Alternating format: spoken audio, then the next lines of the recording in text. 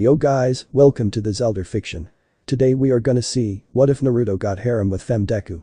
Huge shout out to Awesome 10 Tales for this story. If you end up liking this video, please consider subscribe, so without further ado, let's get into the video. We find a male. He is around 14, he has blonde, spiky hair, red eyes with 3 tomo shapes spinning around the pupil hypnotically, and 3 whisker marks on both his cheeks. He's wearing a black t-shirt with a diesel of a snarling red-orange 9-tailed fox on the back of it, dark blue jeans, and red sneakers. He also has a decent amount of muscle. This is Naruto Uzumaki. He's lying on the bed of a truck on a beach that looks like a dump instead of a beach. I wonder why dad wanted me to come out here. He thinks as he hears his father walking, and he sits up and he notices 2 people instead of 1. The first is a male. He has messy blonde hair and he has blue eyes. He is very skinny and really angular features and long limbs. He's wearing a very loose baggy white shirt, green cargo pants, and brown boots. And the other makes him blush a little bit. As a girl his age, she has messy but fluffy dark green hair, large green eyes, and cup breasts. She's wearing a white shirt with the words all M on it, light green jogging pants, and red boots. "Ah, Naruto, it's good to see that you did come," the male says. "Hey All Might, I thought that you didn't want anyone knowing about this," the girl says. "Ah, young Midoriya, there's no worries here. I should introduce you to Izuka Midoriya. This is my son Naruto Uzumaki. Naruto, this is my chosen successor Izuka Midoriya," All Might says, but they both notice Izuka looking at Naruto with stars in her eyes. "You're the son of All Might, how does nobody know this?" Izuka asks, as Naruto walks up to her and puts his hand out for her to shake, which she does. "Hello Ms. Midoriya, and to answer your question, dad's real name isn't known to the public, and generally myself and All Might aren't usually seen together. And just so you know, me and him aren't blood. He adopted me when I was 7, but I will always consider him my father for all he's done for me," Naruto says. "So, dad, did you have me come to help train her in close quarters combat and make sure that she doesn't overwork herself?" Naruto asks. "Correct, but we won't train her in combat until the 5th month of this training, and Izuka, I need to say that I would actually prefer that we let your parents know what's going on," All Might says. "Hey, are you sure? Yesterday you said," Izuka says, but is interrupted. "Young Midoriya, I know what I said yesterday, but that was me thinking as a hero.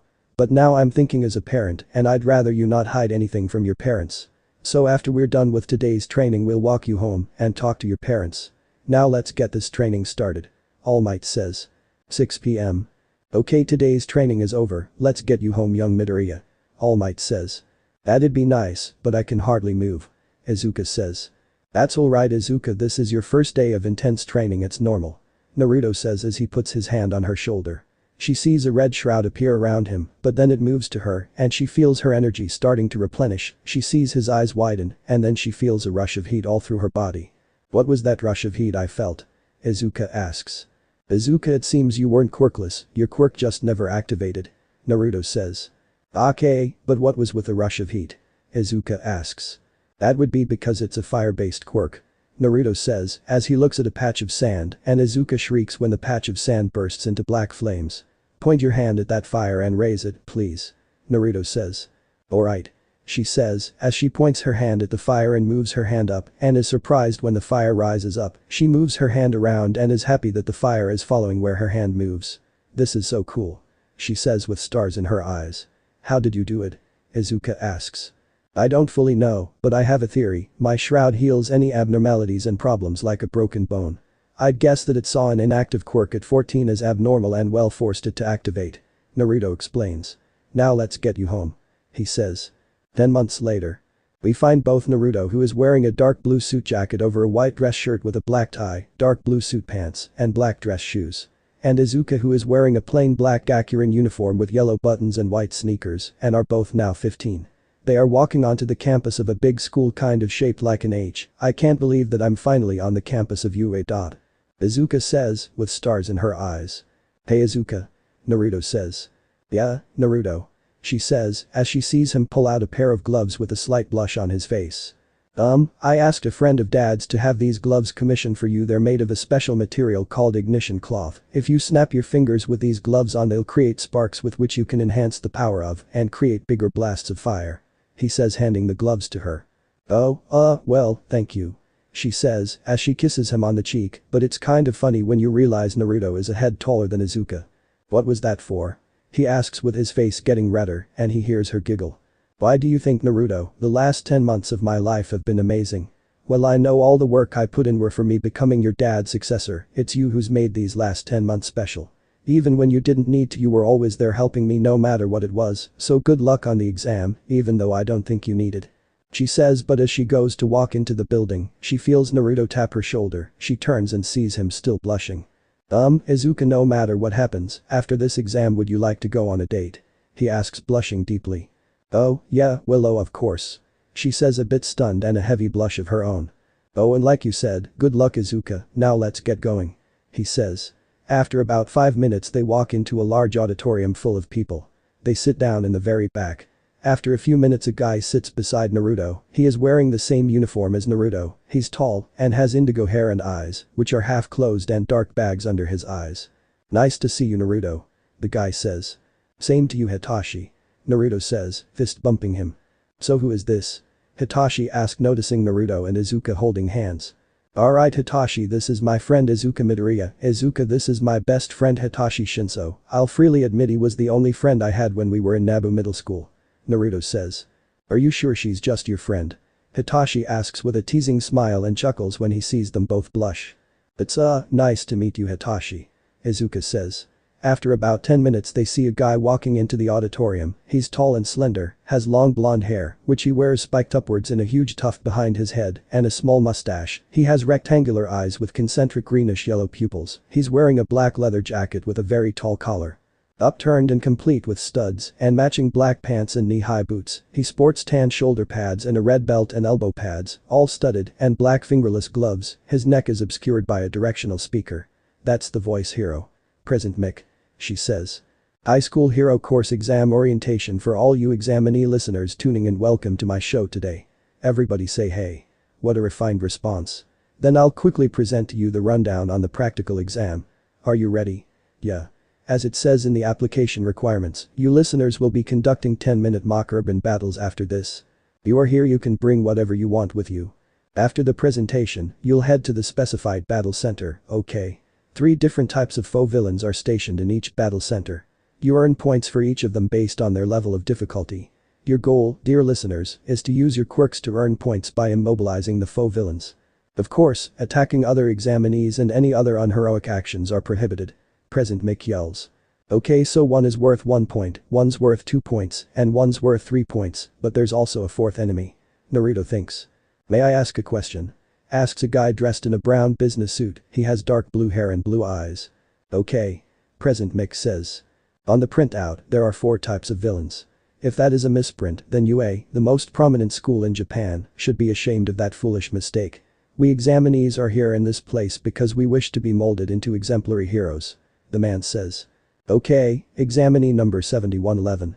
Thanks for the great message. The 4th type of villain is worth 0 points. That guy's an obstacle, so to speak. There's one in every battle center, an obstacle that will go crazy in narrow spaces. It's not impossible to defeat, but there's no reason to defeat it either. I recommend that you listeners try to avoid it. Present Mick says. Thank you very much. Please excuse the interruption. The guy says as he sits down. That's all from me. Finally, I'll give you listeners present our school motto. The hero Napoleon Bonaparte once said. A true hero is someone who overcomes life's misfortunes. Go beyond, plus ultra.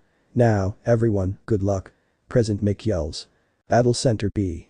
As it says in the application requirements, you listeners will be conducting 10-minute mock urban battles after this.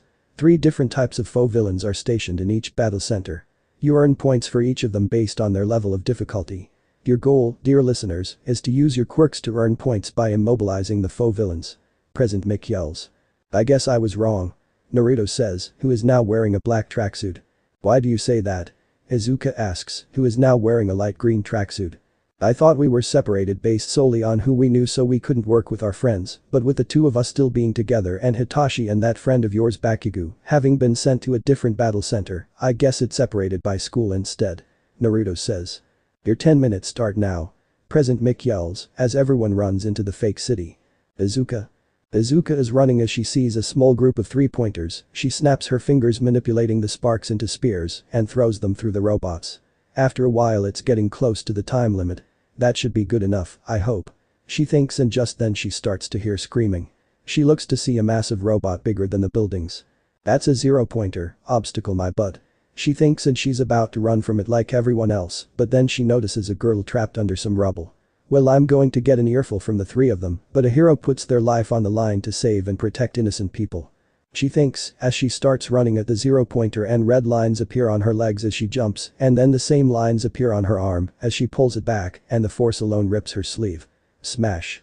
She roars, bashing her fist into its head. Naruto. Naruto is running through a street and finds a rather large group of 2- and 3-pointers, and what appears to be a white ethereal ribsage with a skeletal arm and fist manifests around him and commences to smash all of them. After a while it's close to the time limit. Well, that should be good enough to get first place. I'm certainly not letting that guy Bakugo win this unofficial challenge he started. Now to find Izuka. He thinks, and just after he hears a ton of screaming a small distance away. Sigh, and if I were a betting man she's probably in the middle of all that commotion. He says out loud as he walks toward all the screaming. Both. He proceeds to facepalm when he sees her use one for all to jump and punch the massive 0-pointer, but then notices the same girl Izuka saw still trapped under rubble. Good Izuka, that robot could have crushed her. Now to save Izuka and to get the rubble off that girl. He thinks, shaking his head with a smile on his face as the ribsage and arm proceeds to grow into a massive full body that resembles a samurai with a tengu mask.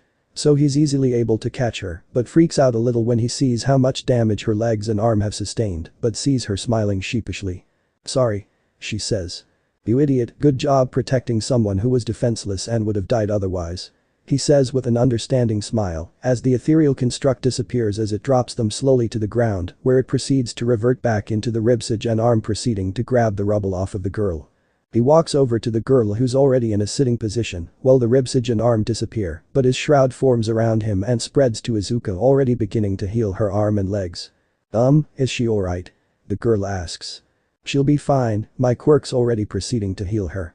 Now she saved you, so are you alright? Nothing broken or anything. By the way, I'm Naruto Uzumaki, and the hero in my arms is Izuka Midoriya. Naruto says. No, I'm fine, and I'm Ichako Uraraka. Ichako says in a bubbly manner. Ichako is a short girl of petite build and fair skin. She's always seen with a little pink mark on each of her cheeks. Her eyes are large and round, their eyes is a warm brown, with rather thick upper eyelashes, 2 longer and more prominent ones protruding outwards on either side, and fewer but more individually pronounced lower eyelashes. Shoulder length and about the same color as her eyes. Her hair is bobbed and curved inwards at the ends, 2 longer clumps taking the same shape on either side of her face, and short bangs that reach roughly a quarter of the way down her forehead. On the top inner segment of each of her fingers, she has a small pink pad, somewhat resembling the toe of a cat or a dog's paw. She is wearing a dark blue open tracksuit with a white undershirt and white shoes. Nice to meet you, I'd shake your hand, but I need to focus on healing Izuka. Naruto says. No, that's alright.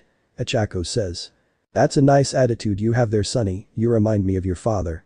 They hear a voice and turn to see an old lady dressed like a nurse with a syringe as the pin in her hair bun. It's nice to see your recovery, girl, and do you really mean that? You're not just referring to my appearance, are you? Naruto asks. Of course I'm not. Yes, you're like a clone of your father, but your personality is very similar to his with a hint of your mother's thrown in. Recovery girl says. Naruto, I think my limbs are healed. Izuka say, poking him in the cheek with the arm that was hurt. And here I was hoping to hold you a little longer. He says with a fake pout, making her blush a little bit. And there's your mother. Recovery girl says, laughing. And the mock test is over. Everyone hears present make yell. Let's go, Izuka, and Ms. Uraraka, would you like to walk with us, just in case anything is hurt or broke? Naruto asks, as he puts Izuka down. Yeah, walk with us, Ichako. Izuka says. Oh yeah, sure. Ichako says, as they walk out of the fake city. Minato, Kashina, your boy is going to be a great hero one day, and Tashi, you did well by them, never think otherwise, you raised him well. Recovery girl thinks with a smile as she walks off to check on the rest of the examinees. Later. We find Naruto, who is wearing the same clothes he wore the day him and Izuka met, and Izuka, who is wearing a white shirt under a dark green hoodie, blue jeans, and her red boots. So Naruto, what's your plan for this date? Izuka asks. Well, I thought we could do whatever you wanted since you've put so much work to get into UA. He says with a smile, making her blush. Hey Izuka, how are you doing? The two of them hear a brash but friendly voice. They look and first see Ichako surprisingly, but they also see a guy the same age as them. He has ash blonde hair and red eyes. He's wearing a black V-neck shirt under a black and orange open button-up plaid long sleeve shirt, gray cargo pants, and black sneakers with orange lines on the sides. Oh, Katsuki, I didn't expect to see you tonight or hanging out with Uraraka. Izuka says. Do you two know each other? She asks. Yeah, we're old friends, I actually knew her before I knew Izuka. But her and her parents moved before kindergarten. So we were catching up when I saw the two of you, so what's going on? Katsuki asks. Well, we're kind of on an date. Izuka says. Oh well that's cool, you two seemed pretty close when I met you. Ichako says. Is that so? Well Whiskers I hope you don't think less of me for saying that if you hurt Izuka I won't hesitate to blow you to smithereens. Katsuki asks glaring at Naruto with his hand in Naruto's shoulder with a little smoke flowing from under, but is surprised when he sees him smile. I'd be pissed if you didn't, with how Izuka sees you like a brother, hotspot. So Izuka what would you like to do? Naruto asks. Oh well how about we get some ice cream and then go to the arcade? Izuka says. That doesn't sound much like a date. Ichako says. No that's alright I said I'd be fine with whatever she wanted to do. Let's go. Naruto says smiling. Next day. Hey Naruto can we talk? All Might asks. Of course, is something wrong? Naruto asks. No there's just a couple of things I want to tell you. The first thing I'd like to tell you is that I'm going to be a teacher at UA and they gave me permission to tell you welcome to your Hero Academia. I was quite impressed when I saw your score for the mock battle. First place at 120 villain points and 30 rescue points for a total of 150 points. Second, I'm proud to have raised you, but I need to tell you the truth, I didn't adopt you just for the reason of your potential as my successor. Naruto I was your godfather. All Might says handing him a letter, but starts sweating after a few minutes of silence. I don't care. Naruto says surprising All Might. Toshinori you took me in when I was at my most vulnerable. I don't know how my mom and dad wanted me to be raised, but I think they'd be proud of the person you helped me become. He says with tears streaming out of his eyes, but with a smile nonetheless. I'm gonna go to the beach to think. He says as he swipes his hand over his face as his body disappears into a swirling vortex. Sigh that went much better than I even hoped. Minato, Kushina your boy might not be the symbol of peace one day, but he's certainly going to be a greater hero than me. Him and Izuka, they're going to change this world one day, I feel it. Tashi says smiling. The Gaba Municipal Beach Park. We find Naruto lying down on the sand of the same beach that he and Izuka met, except now it actually looks like a beach, and a beautiful one at that with the white sand and the crystal blue water. Izuka really did an amazing job cleaning this place up. He thinks as looks around seeing 10 families on the other end with a smile on his face that quickly turns to a frown and he closes his eyes. She's All Might's successor that means she'll have to fight him one day. I can't let her fight him, what he did to All Might, I don't want it to happen to her. I can't lose any more people I love. But what can I do? Currently the only thing that could do anything to him is my Susanoo spirit weapon, but I can't use it without using Susanoo. I doubt the 4 quirks I currently have copied will do anything to him.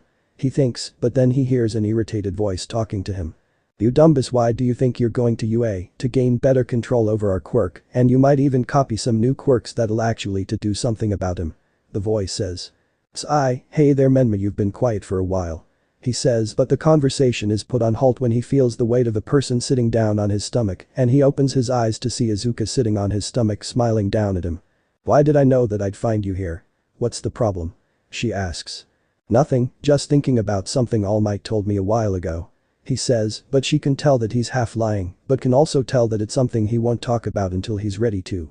Okay then, what did he tell you? She asks. Well after my parents died and All Might along with a small group of heroes found me, along with the potential to be his successor, I thought he adopted me because he felt bad for me. It turns out that he adopted me for a much more personal reason. He says. What was that? She asks. Izuka All Might was my godfather. He says. Oh that's cool, that means he knew your parents personally. Naruto could you tell me about your parents? She asks. I trust you, so of course. Both of my parents were actually heroes. My father was Minato Namikaze, the hero of hope, the yellow flash. My mother was an underground hero her name was Kushina Uzumaki, the darkness hero, eclipse witch. He says solemnly. You don't like talking about your parents, do you? She asks. Actually I love to talk about my parents, I just can't help but get sad about it since they are dead. He says smiling. By the way, did you know your dad is going to be a teacher at UA she asks. How do you know? I didn't know it until today when he told me personally that I got accepted. He says. Well I got the second highest score, thus I got my acceptance letter pretty quickly and the letter had a holo disc in it. She says. Oh what was your final score for the mock battle? He asks excited, making her smile. Well I got 90 villain points and 30 rescue for a total of 120 points. She says. I don't mind losing to you Izuka, but I do mind losing to him. They hear Katsuki's brash voice and look to see him and once again Ichako. "Hey Katsuki, Ichako," Izuka says. "Hello hotspot, Ms. Uraraka. So what place did you two get?" Naruto asks. "I got third place with 70 villain points and 30 rescue points for a total of 100 points," Katsuki says. "I got fifth place with 28 villain points and 45 rescue points for a total of 73 points," Ichako chirps out. "That's pretty cool, the four of us are in the top 5 of the accepted. What's the name of the person who got fourth place? I didn't get one of those holo discs, I was told personally," Naruto says. "Why is that?" Ichako asks.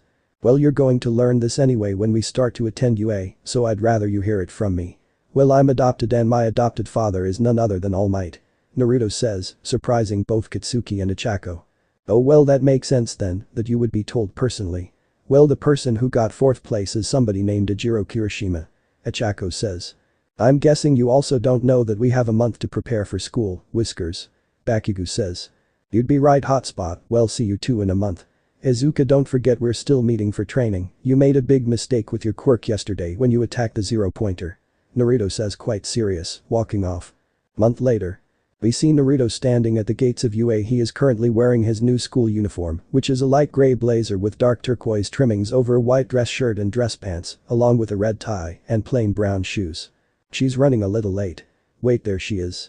He thinks, as he notices Izuka running while waving at him. She is wearing the same thing as he is aside from a black skirt instead of pants, black, knee-high socks, and her tie isn't done up properly and is a little short. "You're a bit late, that's not like you, let me guess it's the tie, isn't it?" he says. Yeah," she says. "Here, this is how you tie it," he says, smiling and making her blush as he unties and then reties it. "Thanks, let's get to class," she says. "Yeah, let's go," he says, grabbing her hand. After a couple minutes they find themselves in front of a large door labeled 1A, well still hand in hand. "That's a big door," Naruto says. "You're not wrong," Izuka says, but then they Katsuki's brash voice and she opens the door. "Would you shut the hell up, I've only been here for a couple of minutes and you're already annoying the hell out of me," Katsuki yells. "Is somebody already annoying Katsuki?" Naruto and Izuka hear Ichako say from behind them. They turn around, only Naruto sees someone, then Ichako, a man laying on the ground in a yellow sleeping bag. "Morning, Aizawa-sensei," Naruto says, getting everyone's attention as they all see a man getting out of a yellow sleeping bag. Aizawa is a man with long, messy, black hair and tired-looking eyes. He's wearing a ragged black outfit that consists of a long-sleeved shirt and matching pants that tuck into his boots.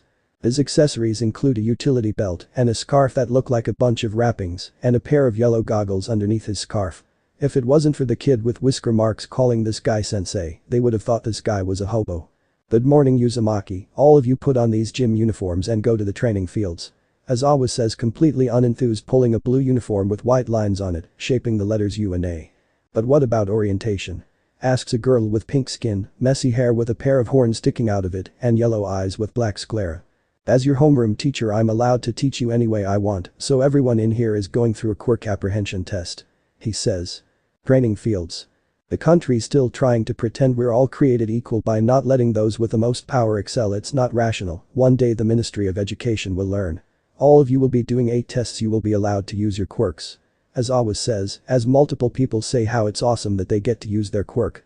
"Idiots, these tests will gauge your potential, whoever gets last place has none and will be expelled immediately," he says, surprising and shutting them up. "You can't do that, it's not fair," says the same pink girl from before. "Oh really, and you think this world is fair? Nothing about this world is or will ever be fair. Natural disasters aren't fair. The death of a loved one isn't fair. This world is nothing but unfair. That's why heroes are here, to at least lessen that unfairness and help wherever they can. If you're only in this for fame, then you don't belong here," they all hear Naruto say. "Well said Uzumaki, now since you got first place you will be going first in all of the tests. Now throw this ball as far as you can," Aizawa says, handing him a ball. "Right," he says. "What should I do? I only have 2 things that could help with this," he thinks. "How about the diva?" Menma suggests. "This isn't an emergency situation for that last resort aspect of my quirk." He thinks back but flinches when he realizes that he fell for Menma's trick. "Then I'll use it," Menma says, as everyone sees Naruto seem to lose balance for a second. But only a few manage to notice Naruto's hair change pitch black, but no one is able to see when his iris disappears. Everything in his eyes, aside from the pupil, turns silver, and 3 black rings shoot outward from his pupil. Naruto Uzumaki. Quirk. Dijutsu, his quirk forces his eyes to take one of 3 forms that he can willingly change. Label the Sharingan, the Rinnegan, and the Byakugan. Menma pulls his hand back and throws, but as the bowl reaches his fingers. Almighty push. He whispers as a pulse of wind releases from him, and the ball is hit by it as it disappears from everyone's sight, and his appearance returns to normal and Naruto back in control. 1,500 meters. A computerized voice says. Couple hours later. Test is finished. Aizawa says, bringing up the results. They all see in first place is once again Naruto, second place is once again Izuka, and in last place is someone named Minoru Mineta. Oh, and that thing about expelling you was a lie, to get you to give everything you had. He says, as a lot of people are a bit angry. None of you figured that out, maybe I should have said something. Says a well-endowed girl with black hair and eyes. But they're all confused when Naruto starts laughing. Sorry about that, Ms., but Aizawa-sensei most certainly wasn't lying. After all, he did expel an entire class last year. Naruto says, surprising all of them. Naruto's apartment. We find Naruto lying down on a futon in a very empty room. I'll need to get my stuff over the week, but oh well, I guess I'll take Ms. Inko up on her breakfast invitation. Sigh, Mom, Dad, I promise I will become a better hero than both of you, and I will bring him to justice for your deaths. Naruto thinks as he falls asleep. We find Naruto, Izuka, Hitachi, who is wearing the same school uniform as Naruto, and a woman in her early 40s, all sitting at a table eating eggs, toast, and rice. The woman is rather portly, she has shoulder-length green hair up in a ponytail, and green eyes. She's wearing a white shirt under a pink t-shirt and a dark green skirt. After a couple minutes, the 4 of them are standing at the door of the apartment, and both Naruto and Hitachi are bowing to the woman. Thank you for having us for breakfast, Ms. Midoriya. Hitachi says. It's alright, boys, I'm happy to help the 2 of you until you get both of yours apartment filled with your stuff. Inko says. Thank you, Ms. Inko, we'll try not to impose on you too much. Naruto says. That's alright, you 2 can come here as much as you want, you're all going to UA, so I pretty much expect to see you 3 working on homework from now on, now you 3 head out. Inko says, smiling. Right, Mom, let's go, you 2. Izuka says, grabbing a hold of Naruto's hand and pulls him along, and Shinso sprints to catch up with them. You 2 seem excited. Shinso says. Sorry, well, Dad is making sure to not show me any favoritism, he does bounce ideas off me, so I know he's planning to use our first foundational hero studies for combat training. Naruto says. By the way, Shinso, I'm sorry you couldn't get into the hero course. Izuka says. Sigh, Izuka, why are you saying sorry? It's not your fault, the test is a load of bullshit and is catered more to people with flashy combat-based quirks, instead of those who actually want to be heroes. Shinso says, a bit angry. Okay, let's just get to school. Naruto says. Later in class. Foundational hero study. We find class 1 is sitting in their class waiting for their next class to begin, all the girls and guys sitting in separate groups talking. Girls. Okay, I want us all to be friends, so let's introduce ourselves, I'll go first, I'm Mina Shido, seat 2. Says the pink girl excitedly. I'm Tori Hagakure, seat 16. Says a floating pair of the girl's uniform. I'm Momoyaoi Rozu, seat 20. Says the well-endowed girl. I'm Kyoka Jiro, seat 12. Says a girl with dark blue hair and a bob-style haircut and black eyes. I'm Tsuyu Asui, seat 3, Ribbit. Says a girl with long dark green hair tied in a bow and large round black eyes, and you could say she has a bit of a frog-like appearance. Hello, I'm Ichako Uraraka, seat 5. Ichako says. Hello everyone, I'm Izuka Midoriya, seat 18, it's a pleasure to meet you. Izuka says. Could we all give a short explanation of our quirks? I'll go first if you want. Momo says politely. Of course, I love talking about quirks. Izuka says, excited, and the others nod their heads. Well, my quirk is called creation, as long as I know the atomic structure I can create any non-living structure. Momo says. Okay, I'll go next, my quirk is called acid, I can produce corrosive liquid of varying strength from my skin. Mina says excitedly. My quirk is called frog, it gives me really strong legs, a long extendable tongue, I can cling to walls and swim really fast, and I can camouflage but not very long, I also hate the cold, Ribbit. Tsuyu says. Well, I'm just invisible, can't turn it off. Tor says. My quirk is called earphone jack, which I got from my mother, I can plug them into about any object and can hear the faintest of sounds, along with those if I plug them into an electronic with jacks in them, I can channel the vibrations of my heartbeat through them. Kyoka says. My quirk is called zero gravity, when I touch anything with all 5 of the pads on my fingertips they become weightless and return the object when I hold both hands together, but also object that I float will start to strain my quirk and it'll make me nauseous. Ichako says. Well, I'm a bit of an anomaly in the fact that I have 2 quirks. My first quirk is what's known as a quirk marriage. It's pyrokinesis, but the thing is I can't create fire, but I can manipulate any form of fire, even fire sparks, which is even more potent for me actually, because if I wanted I could enhance those sparks into an all-out explosion. My second quirk is simply a very powerful strength enhancement quirk. Izuka says. Okay, now that we're all friendly, after 2 days in a row, I'm wondering about you two and two of the boys. Mina chirps. Well, I'm not gonna lie, Naruto is my boyfriend, we've been an item for a month now, why wouldn't I like him? Up until 11 months ago I was quirkless with my only friend being Katsuki, and even though Katsuki was there for me, I was miserable with everyone excluding him, his parents and my mom, putting me down, saying that a pathetic loser as weak as me could never be a hero. So there was even a time I contemplated ending it. Izuka says, making the other girls gasp, but then they see her eyes brighten. But then I met him, and he turned my entire world around. We were both at the beach to think, I wasn't paying attention, I ended up getting a pretty deep cut on my arm, and he heard me gasp in pain, even though he didn't know who I was. He was at my side pretty quickly, asking what was wrong. That's just the way he is, always wanting to help. So I showed him the cut, and even though we were in public, he used the healing aspect of his quirk to heal it up, but it also saw something in me it thought was abnormal, an inactive quirk, so it forced it to activate, and that's where it all started. She says. You've been through a lot, haven't you? Momo asks sad. Yes, but I'm not the only one who was asked. Izuka says, looking at Ichako. Oh, well, me and Katsuki are also childhood friends, I knew him before Izuka did, and I've only been back for a month. Katsuki and I are planning on going on a date today after school. Ichako says. You two are lucky, I don't think I'll ever meet someone. Hagakure says. Don't say that, of course you will. So what do you think the boys are talking about? Mina asks. Eyes. So, how about we introduce ourselves, names and quirks, so we can all work together if we get paired together? Naruto says. I'm Naruto Uzumaki Seat 1, and my quirk is called the Jutsu. It forces my eyes to take one of 3 forms that I can willingly change between, the one they're currently in, and is in most of the time, is called the Sharingan. If someone were to look me in the eye I can trap them in an illusion. I can also predict an enemy's movement, and pretty much the most dangerous part of the Sharingan is it allows me to copy quirks if I give a mental command to do so. This is where their use in combat comes in handy. I have access to 3 unique abilities called the Amaterasu, Kamui, and Susanoo. The Amaterasu are black flames that are unmatchable in heat and inextinguishable unless I will it.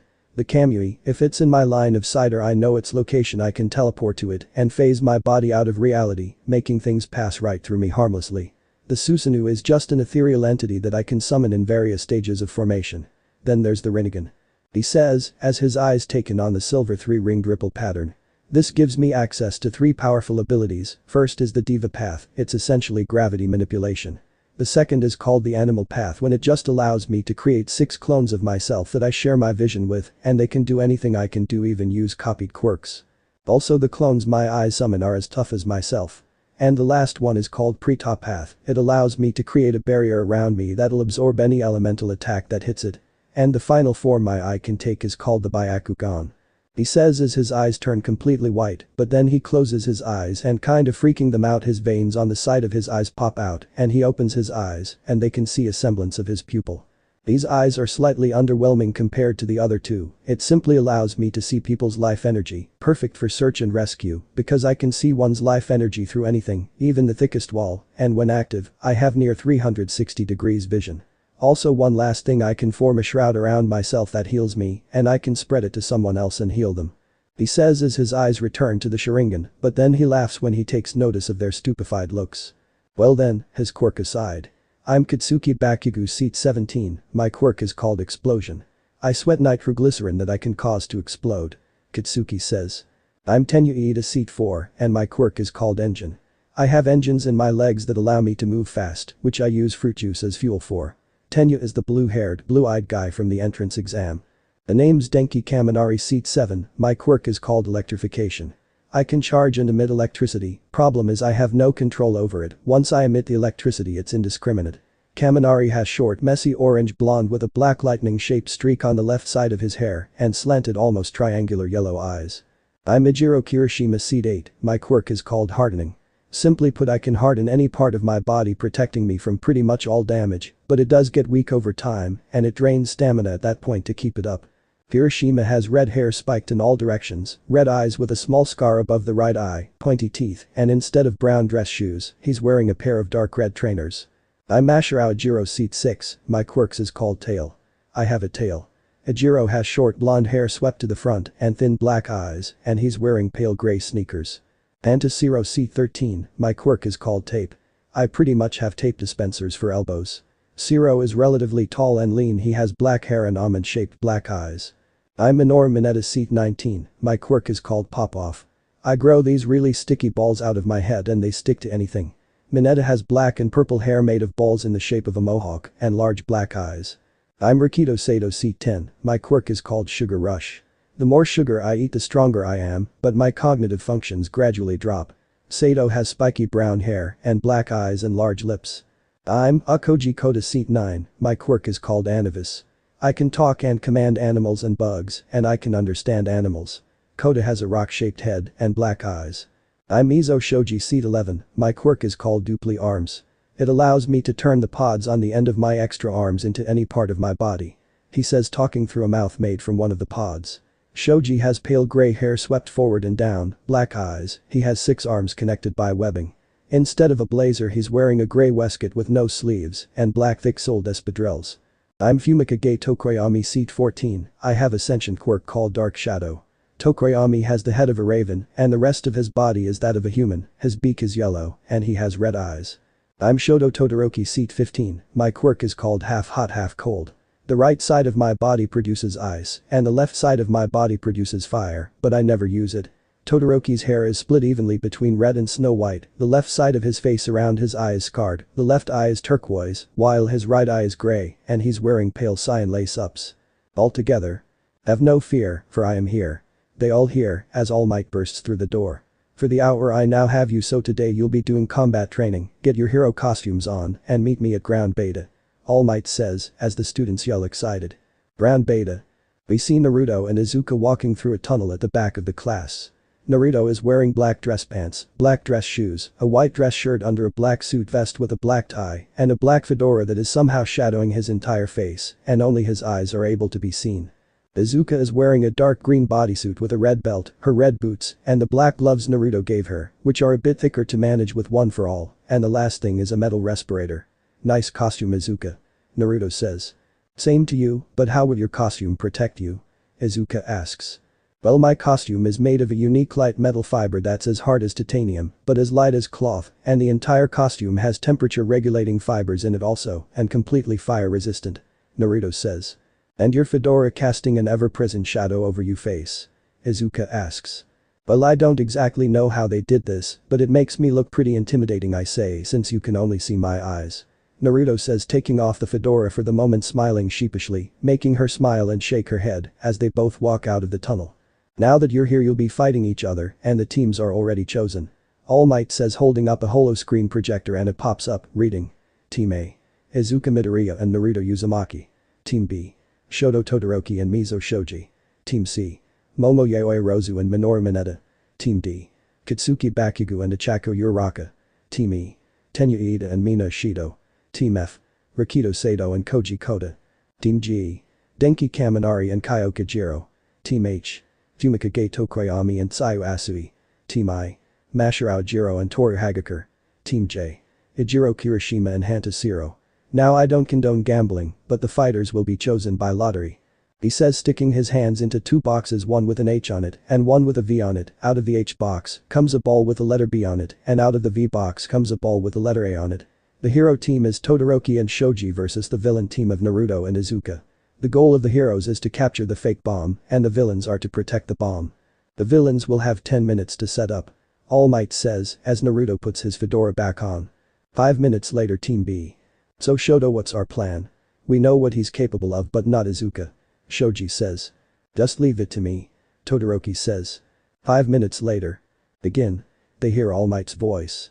Todoroki starts walking towards the building, and he puts his right hand on the wall, and ice starts spreading all over the building. Shoji stares at the scene unbelievingly. As Shoto goes to walk in the doorway, he is surprised to see blue flames rushing towards the entrance, and he jumps to the side, and the flames blast out of the entrance. They then hear clapping as Naruto walks out. Impressive, I'd expect nothing less from Endeavor's masterpiece. Naruto says, getting confused looks from his classmates who are watching from an underground room, and a smoldering glare from Todoroki. Don't call me that man is nothing to me. How do you even know about that? Todoroki hisses out. Well, I met your dad on a few occasions at hero events. By the way, he's an idiotic emotional open book when he's drunk, so he let that slip out thinking I was a stupid child.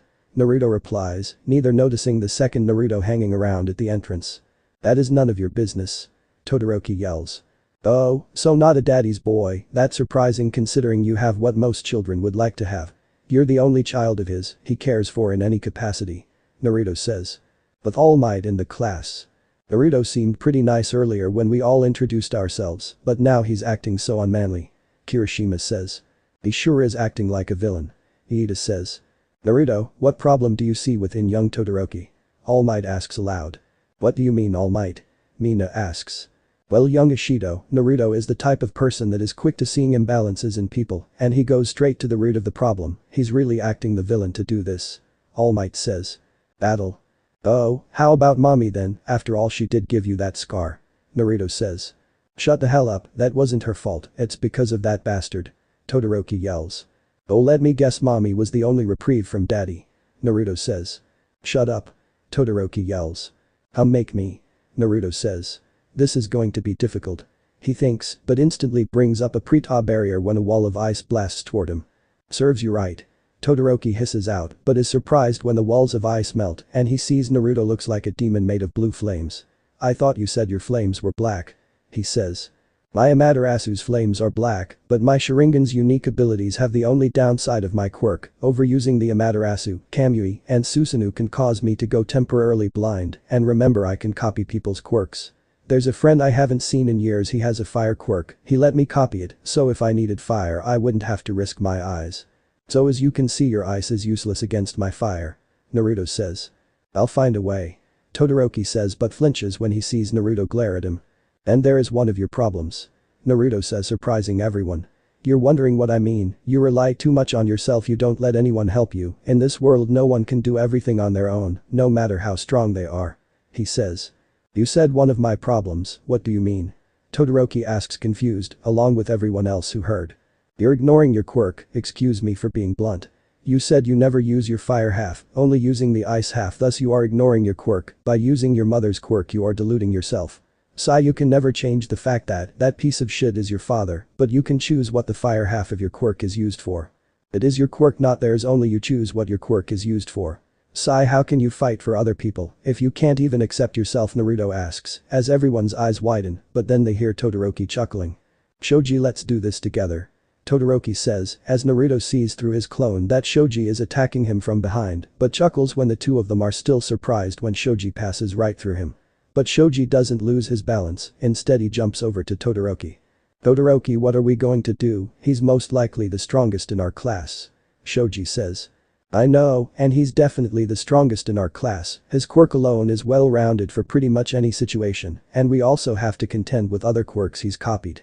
And I didn't make this costume for the idea of my fire half. I'm just happy that Izuka isn't here or this fight would go from maybe possible to flat out impossible. Todoroki says. So you're willing to use your fire? Naruto asks. I need to do something first, but for now I'll use my fire as a last resort. Todoroki says, but then his eyes turn completely white. Todoroki, how about you freeze Shoji in place? Naruto suggests while smirking, not that they could see it. Thanks, Hitachi. He thinks. As if Shoji goes to say but is surprised when he feels all the way up to his neck is frozen in ice thick enough that he can't break it. And Naruto walks up to Shoto and flicks him on the forehead while looking him in the eyes. Sleep. Naruto says, as Todoroki's eyes come back into focus, but then he falls unconscious and Naruto ties them up with capture tape. The villain team has won. They hear over the speakers. Naruto walks over to Todoroki and wakes him up. You might want to unfreeze your partner. Naruto says, but surprises them both when he bows to Todoroki. I want to apologize for everything I was saying, I was trying to figure out what was causing your imbalance, aside from calling your father a piece of shit. He says. That's alright, I appreciate you trying to help. Todoroki says with a hint of a smile, while melting the ice encasing Shoji. Naruto, how did you control Todoroki like that? Shoji asks. That would be Naruto's friend's quirk. Brainwash. They hear Izuka say. That's a very dangerous quirk. Todoroki and Shoji say. And that's why it's such a shame that he ended up in the general studies class with how much promise he has. All his life he's been known as the kid with a villain quirk, which what people don't understand anymore is that villains aren't born, they're made. And it's ridicule like that could have turned him into the villain they always called him. They all hear Naruto say angrily. Observation room. So someone give me a brief observation of each participant. All Might says as Momo raises her hand. Okay, young Yaoi Rozu. He says. Well, the best one in the situation is actually Izuka, considering she stayed and protected the bomb. And while Naruto left 5 of his 6 clones to help her, while at first he played the part of a villain well, he cared more about helping Todoroki, which while admirable it was not his mission. Momo says. Not my mission on paper, just my own personal mission. I don't like seeing people suffer in any form. But continue, sorry for the interruption. Naruto says. Yes, well, Todoroki shows a problem of controlling his emotions if certain buttons are pushed. And Shoji only helped when Todoroki relented to Naruto's logic of no one being able to do everything on their own. A hero should try to help even if it's not wanted. Momo finishes, as everyone even All Might is left speechless. Next day. Homeroom. They're all currently sitting in their seats talking animatedly when Izawa walks in. Quiet, I watched the recordings, you all did pretty well. But Naruto, what you did was admirable, but next time keep your mind on the mission, and Todoroki, you might want to book some sessions with the school counselor. Izawa says, as both Naruto and Todoroki nod their heads. Now I've got 2 things to tell you. First, tomorrow we're going to the unforeseen simulation joint for rescue training, and today you will be choosing your class representatives, the class's president and vice president. He says, getting into his sleeping bag. Quiet. Naruto yells after a couple minutes of them bickering and getting their attention. Since they're probably going to be the representatives for the rest of our time at UA, it'd be best if we chose the 2 that we think is best, so how about we do this democratically? He says, as they all agree with him. After a couple minutes they wake up Izawa and hands him the ballets, and they see only 3 names on the board. Naruto. 10. Izuka. 7. Momo. 3. So as you can see, Naruto is your class president and Izuka is your vice president. Izawa says. Later. Cafeteria. We find everyone eating in the lunchroom. And funny enough, all of class 1 is actually sitting together. So I'm curious, who voted for me? Naruto asks and raises his brow when he sees Iida, Ejiro, Kaminari, Kirishima, Kota, Sato, Shoji, Shiro, Tokoyami, and Mineta raise their hands. Well, thanks, I'll try to live up to that trust. He says. I'm curious as well who chose me. Izuka asks, and she smiles when Mina, Sayu, Achako, Jiro, Hagakure, Momo, and Bakugo raise their hands. Thanks. She says. That means it was you, Naruto, and Todoroki that picked me. Momo says. Anyway, Momo, Iida, are you 2 by chance rich? Achako asks. Oh, yes, I'm from the Yaoi Rozu hero family, but I want to be recognized as myself, not just Yaoi Rozu. Momo says. Yes, I come from the hero family famous for the hero ingenium. Iida says. Ah, so you are Tensei's little brother, I thought you and him looked familiar. Naruto says. Naruto, you know my brother? Iida asks. Like I said to Todoroki, I've been to several hero events, thanks to being the son of heroes both by blood and by adoption. Naruto says, but they all see the sad far-off look in his eyes. And your brother, I met him the very year that my blood parents died. It's only thanks to your brother I'm here today actually, he rekindled my dream to become a hero.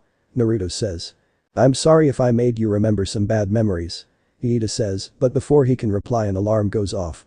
The level 3 alarm is now in effect. Please return to your classrooms in a calm and orderly fashion. An automated voice, but instead of calm and orderly, all but them and one other class and Hitachi start to panic. Naruto glances outside and sees 2 things. First, the gate to the school is nothing but rubble, and the second is the press roaming school grounds. I have to thank Yamada-sensei next time I'm in his class. Naruto thinks, taking in a breath, and everybody calm down, look outside, it's just the worthless press. Naruto yells so loud that he's sure even the press heard him outside, but it got the effect he wanted, as everyone looks outside and calms down and actually returns to their lunch, and he returns to their table to see them staring at him with wide eyes. Naruto, wasn't that present Mick's quirk? Iida asks. Yeah, yesterday before I met with all of you to head home, I caught Present Mick and asked if I could get his permission to copy his quirk. Naruto says. Why would you ask his permission? Kaminari asks. Kaminari, just because I have the ability to copy quirks doesn't mean I misuse the ability. I prefer only copying a quirk with the permission of the original holder, as to not overshadow them. Naruto says. What do you mean overshadow? Tokoyami asks. Well, when I copy a quirk sometimes something changes, or it comes out even stronger than the original holder's version, but it's more liable to happen if I've been studying one's quirk. Which is impossible to evade because, well, my eyes won't copy a quirk unless I give the mental command to. When I'm watching quirks in action, my eyes are feeding me information, and that's where teaming me up with Izuka is giving us an instant win. Since she told me people in her middle school called her a quirk nerd, and I'll say the notes she takes on people's quirks, they're better than most experts. If you want a demonstration, Tokoyami, would you allow me to copy your quirk? Don't worry, my eyes have already showed that dark shadow runs on the dark emotions of one's mind, Naruto says, surprising Tokoyami. Sure, since you understand the possible risks. Tokoyami says. Okay, stand up since I'll need to see dark shadow since he himself is the quirk.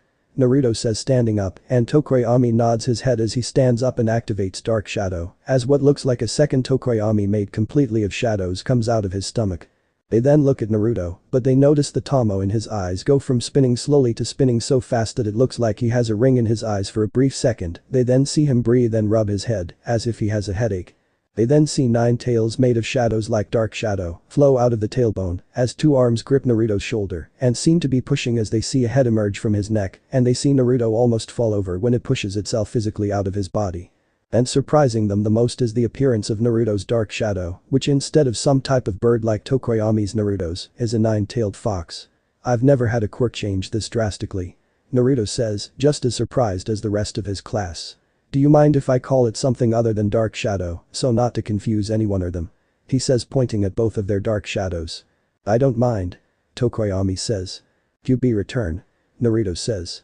Screw you, you little bastard, I just got out. QB says when they all realize Naruto's dark shadow has human hands instead of paws and is actively flipping Naruto off. Making everyone in the lunchroom sweat drops and Naruto gains a tick mark as he grabs QB, who just seems to absorb right into him. Seems QB is more stubborn than dark shadow. I don't know if I want to let him out in the dark. Also, Tokoyami, you might want to try meditating. Naruto says. Next day. We find all of class 1 is standing outside a bus and are all dressed in their hero costumes except Todoroki, who's in the gym uniform. So Todoroki, did you send you your costume to be changed? Naruto asks. Yeah, thus I have no costume to wear. Todoroki replies. The other day you said you need to do something before you decide if you'd use your fire freely. Do you mind if I ask what that was? Naruto asks. Well, this weekend I'm going to go see my mother. I haven't seen her in 10 years. Todoroki says with a hint of a smile. Okay then, good luck. Alright, everyone start filling the bus. Naruto yells, and everyone gets on the bus to see Aizawa sleeping in his sleeping bag. Yawn. Okay, everyone sit down, shut up, and Uzumaki, wake me up when we get to the USJ. Aizawa says. Right, Aizawa-sensei. Naruto says. Half hour later. USJ. Aizawa-sensei, wake up, we're at the USJ. Naruto says, as the rest of the class is staring at a massive domed building. Alright then, let's head on inside. Aizawa says, as they follow him into the USJ and they see a person standing just inside the door. They look like they're wearing an astronaut suit. Hello students, I am the school's rescue specialist, the space hero, 13. I'm here to teach you how to use your quirks in rescue situations. And to teach you that no matter how much control over your own quirk, like mine, any quirk could easily be used to kill. I built this building to teach you students how to properly handle rescue missions. We have 4 major zones: flood, landslide, fire, windstorm, etc. 13 says, and Aizawa is about to say something when electricity goes over the lights and all lights in the building turn off. Aizawa looks to the center of the massive building and sees a black and purple vortex that stretches to be very wide. 13 protect the students. Aizawa orders, as a head with pale blue hair and severed hands all over his body pops out of the mist, and then a whole bunch of people start to walk out of the mist with him. A villain attack, now of all times. Uzumaki, you're in charge, but listen to 13, he orders, pulling his yellow goggles up on his face as he jumps down the stairs and starts fighting the villains. And a guy with gun barrels for fingers points at Aizawa, but then he hears clicking coming from them, and then he and 2 other villains beside him are wrapped in the wrappings around his neck and pull together to bash their heads into each other, knocking them out, and the guy with 4 arms and looks like he's made of stone is running at Aizawa. Are you gonna erase the quirks of mutant-type villains too? The villain yells, but is surprised when Aizawa dodges all of his punches. No, I can't. Aizawa says, bashing his fist into the villain's face, knocking him out. 13 and students. Right, for now everyone stay here. 13, should we send someone to tell the teachers? Naruto asks, not taking his eyes off the villains. That's a good idea, you got someone in mind? 13 asks. Iida, get back to school and tell the teachers. Naruto orders. But Iida says, but is interrupted. No buts, I gave you an order, he says, but freezes when he sees what appears to be a large black humanoid monster with a very muscular body that has many scars on it. Its brain is exposed on the top of his head, while its large eyes are around it. Its mouth is in the shape of a bird's beak that has sharp teeth in it. Walk out of the mist. Iida, go now. He roars. Right. Iida says, hearing the urgency in his voice. Uzumaki, what's wrong? 13 asks. 13, you have a basic idea of how my eyes work in this form, right? Naruto asks and is thankful when 13 nods. Well, there is something severely wrong with that thing, my eyes barely see enough cognitive function to function, it's barely above completely brain dead. He says. Iida, listen to your class president. 13 orders. Sorry, but I cannot allow that. They hear a rather polite voice come from a guy seemingly made from that same mist. All they can see is glowing yellow eyes and some type of metal bracer. So this guy is the source of the mist-based warp quirk. Naruto, Izuka, and 13 think. Iida, go, we'll cover you. Naruto orders as he uses his Susanoo to grab the mist guy at the bracer as Iida rushes to the door and manages to get out. Damn it, better make sure you can't mess with our plans even more. Mist says as the mist spreads around him and appears just outside the hand and spreads the mist around all of them and collapses. Flood zone. We see Izuka, Sayu, and Mineta onto a boat. Landslide zone. Todoroki, Hagakure, and Naruto fall onto a pile of rubble. Mountain zone. Haminari, Momo, and Jiro fall into the middle of a group of thugs. Windstorm zone. Tokoyami and Kota fall into a city that looks like it's caught in a hurricane. Fire zone. Jiro falls into a burning street alone. Ruin zone. Bakugo and Kirishima appear into a room surrounded by thugs. 13 and remaining students.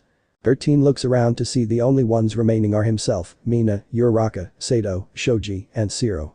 He opens a little spot on his finger and points at Mist, who appears to be sucked into the finger, but then a mist portal appears behind 13 and ripping half his sit away, revealing nothing under, and Mist appears back at the center.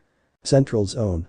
Aizawa and the guy with pale blue hair and severed hands all over his body are charging at each other. Aizawa throws his wrappings at the villain but is surprised when he actually catches the wrappings, but he uses it to his advantage to pull the villain towards him and elbow him in the stomach. Don't push yourself, Eraserhead. Han says mockingly as he stops his attack by grabbing his elbow, which seems to start crumbling. Aizawa proceeds to punch him and jumps back and is automatically attacked by more villains who proceed to still get knocked out even with him only having one usable arm. Shigaraki, one of the students, got out and is on the way to warn you, Mist says. Arna Kurogiri, Nomu. Shigaraki yells as the bird creature looms over Aizawa. Todoroki, Hagakure, and Naruto. Naruto, do you have a plan? Hagakure asks. Yes, and we need to regroup with our classmates. Naruto says as his Rinnegan activates and his 6 special clones appear in a cloud of smoke. Then the two see all 7 Naruto's mouths open wider than should be comfortable, and white mist starts to flow out of their mouths, and 30 vapor clones from each Naruto appear. Clone 1 Group 1 stay here.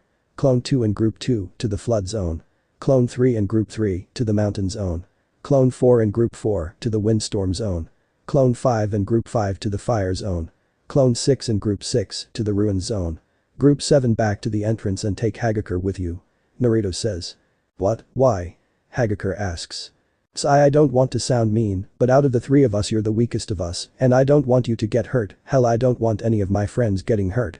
This is why I'm kind of going overboard on the clones, which I have to thank Ectoplasm next time I see him. Naruto says, averting his eyes from her. Oh, well I guess I can understand, thanks for the concern. Hagakure says, genuinely understanding his reasoning as she runs toward the entrance with all the clones. Okay, what are the 2 of us going to do? Todoroki asks. We're going to help Aizawa-sensei. Naruto says. Oh, I was kind of expecting us going to find Izuka. Todoroki says. Outside of those 3, all the others are just regular thugs. I know for a fact that they're nothing to her and she's probably not by herself. Naruto says as he and Todoroki head to the central zone. Central zone. When they get there they see Aizawa being held down by the bird creature. Now Racerhead, tell me, where is All Might? Shigaraki asks. Shigaraki, we should go, the other pros could be here any minute. Kurogiri says. I guess you're right, but first let's crush his spirit. Shigaraki says as he leaps towards Izuka, Asui, and Mineta. His hand is really close to grasping Izuka's face, but then he sees a flash of yellow and then his stomach flares in pain as he is thrown back. They all look and see Naruto standing in front of the 3 of them and he seems to be glowing yellow and seemingly has electricity arcing around him. How'd he get there so fast? Todoroki thinks in astonishment. If you're intent on crushing anyone, how about me? I am All Might's adopted son after all. Naruto says, pissed as his 6 special clones appear beside him. You 3 get Aizawa over there with Todoroki, Clone 1 get Aizawa and stay with him. Naruto orders. Naruto, please be careful, that thing they called it Nomu, it has multiple quirks. Izuka says as she, Asui and Mineta run over to Todoroki and the one clone appears beside Izawa and then appears by Todoroki. Is that so? Nomu, kill that brat. Shigaraki orders. Multiple quirks, this has him written all over it. Naruto thinks as two of his clones' eyes glow red and the remaining three clones and the real him have what look like muscle fibers burst out of their shoulders and wound down tightly around their arms as the Nomu rush towards them and they respond in kind and it throws its arm at Naruto to punch him, who throw his own punch.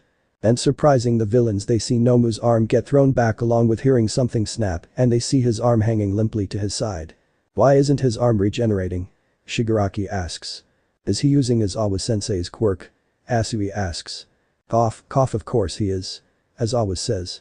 Clone 2 and 3 cremation.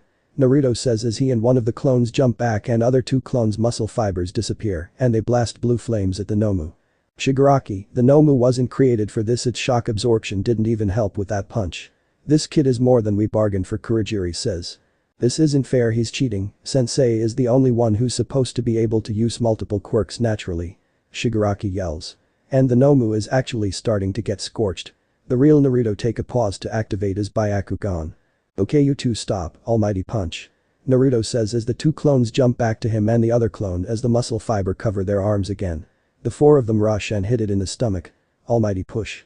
They roar in unison and the Nomu is blasted through the roof of the USJ, leaving a massive gaping hole in it. No, this isn't fair, you cheated. Shigaraki yells, rushing at Naruto. As he's about to go grab Naruto, he's surprised when he passes right through him. But he doesn't get any time to think about it because he gets shot in his right hand and left leg. And Kurogiri warps around him to stop more bullets and warp himself and Shigaraki away. We see all of Class 1 is sitting in some sort of waiting room. So Naruto, you have anything to say before the sports festival starts? Bakugo asks.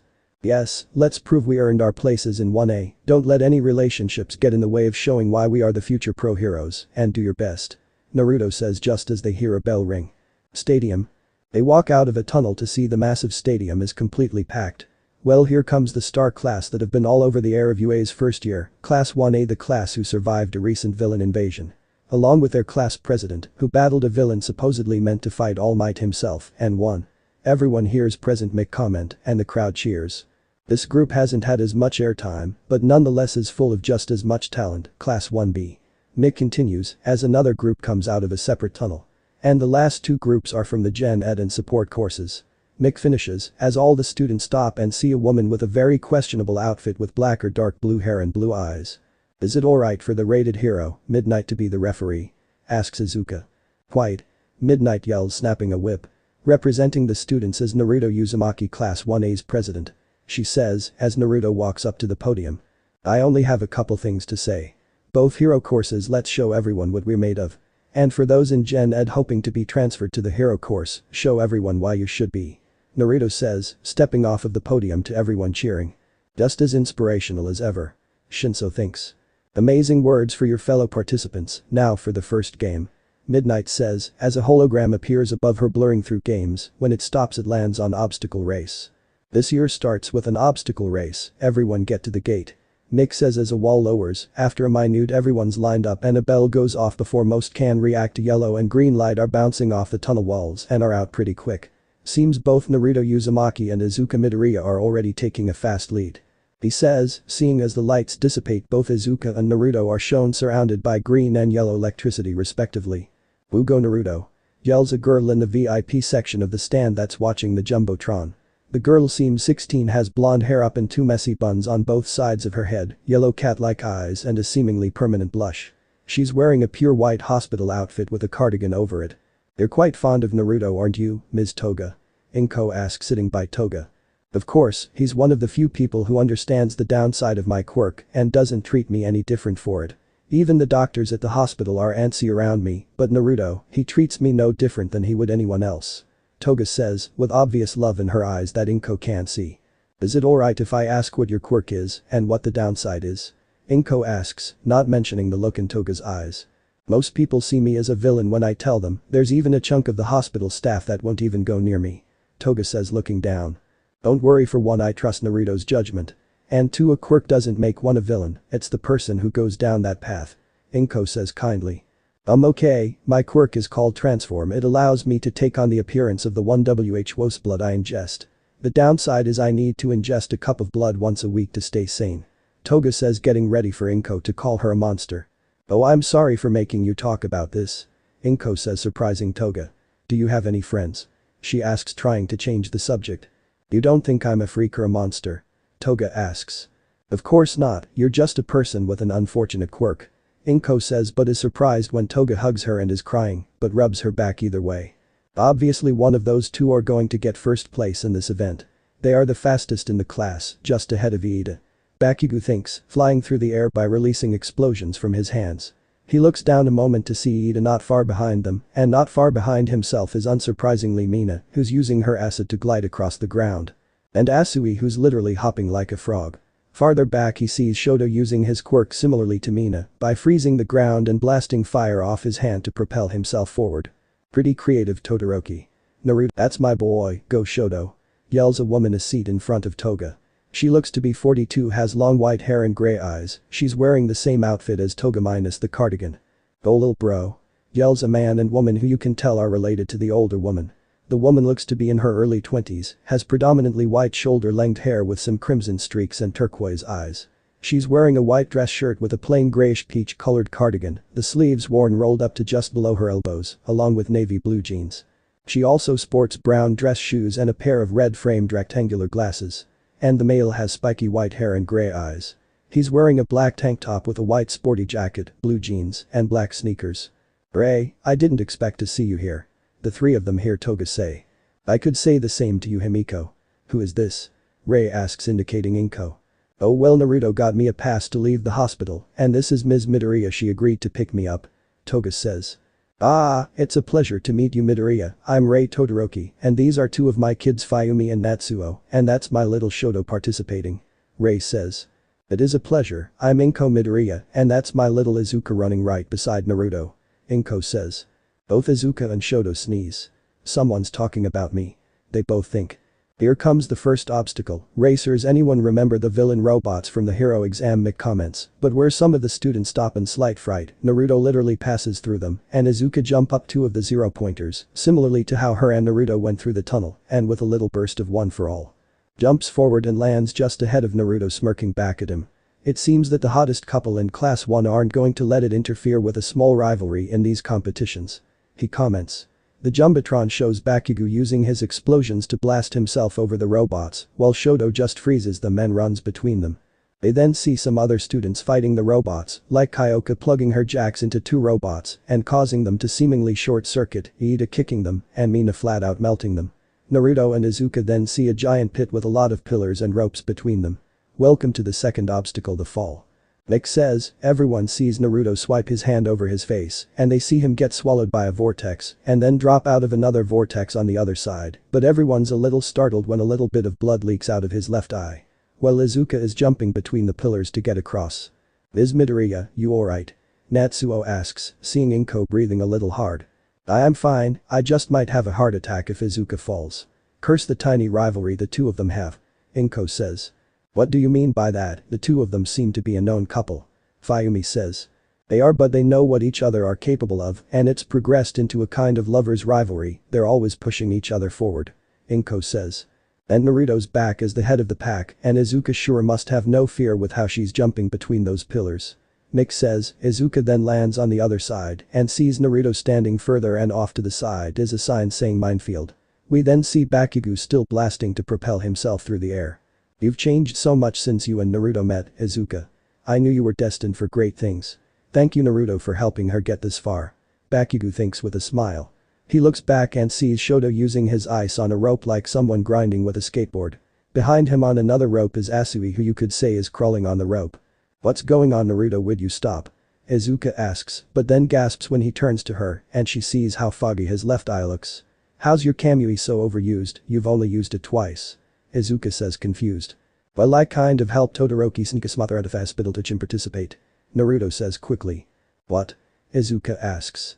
I helped Shoto sneak his mother out of the hospital so she could watch him participate. Naruto says lowly. Oh. Izuka says and goes to look for another way to get through the minefield. Is that all you have to say? Naruto asks.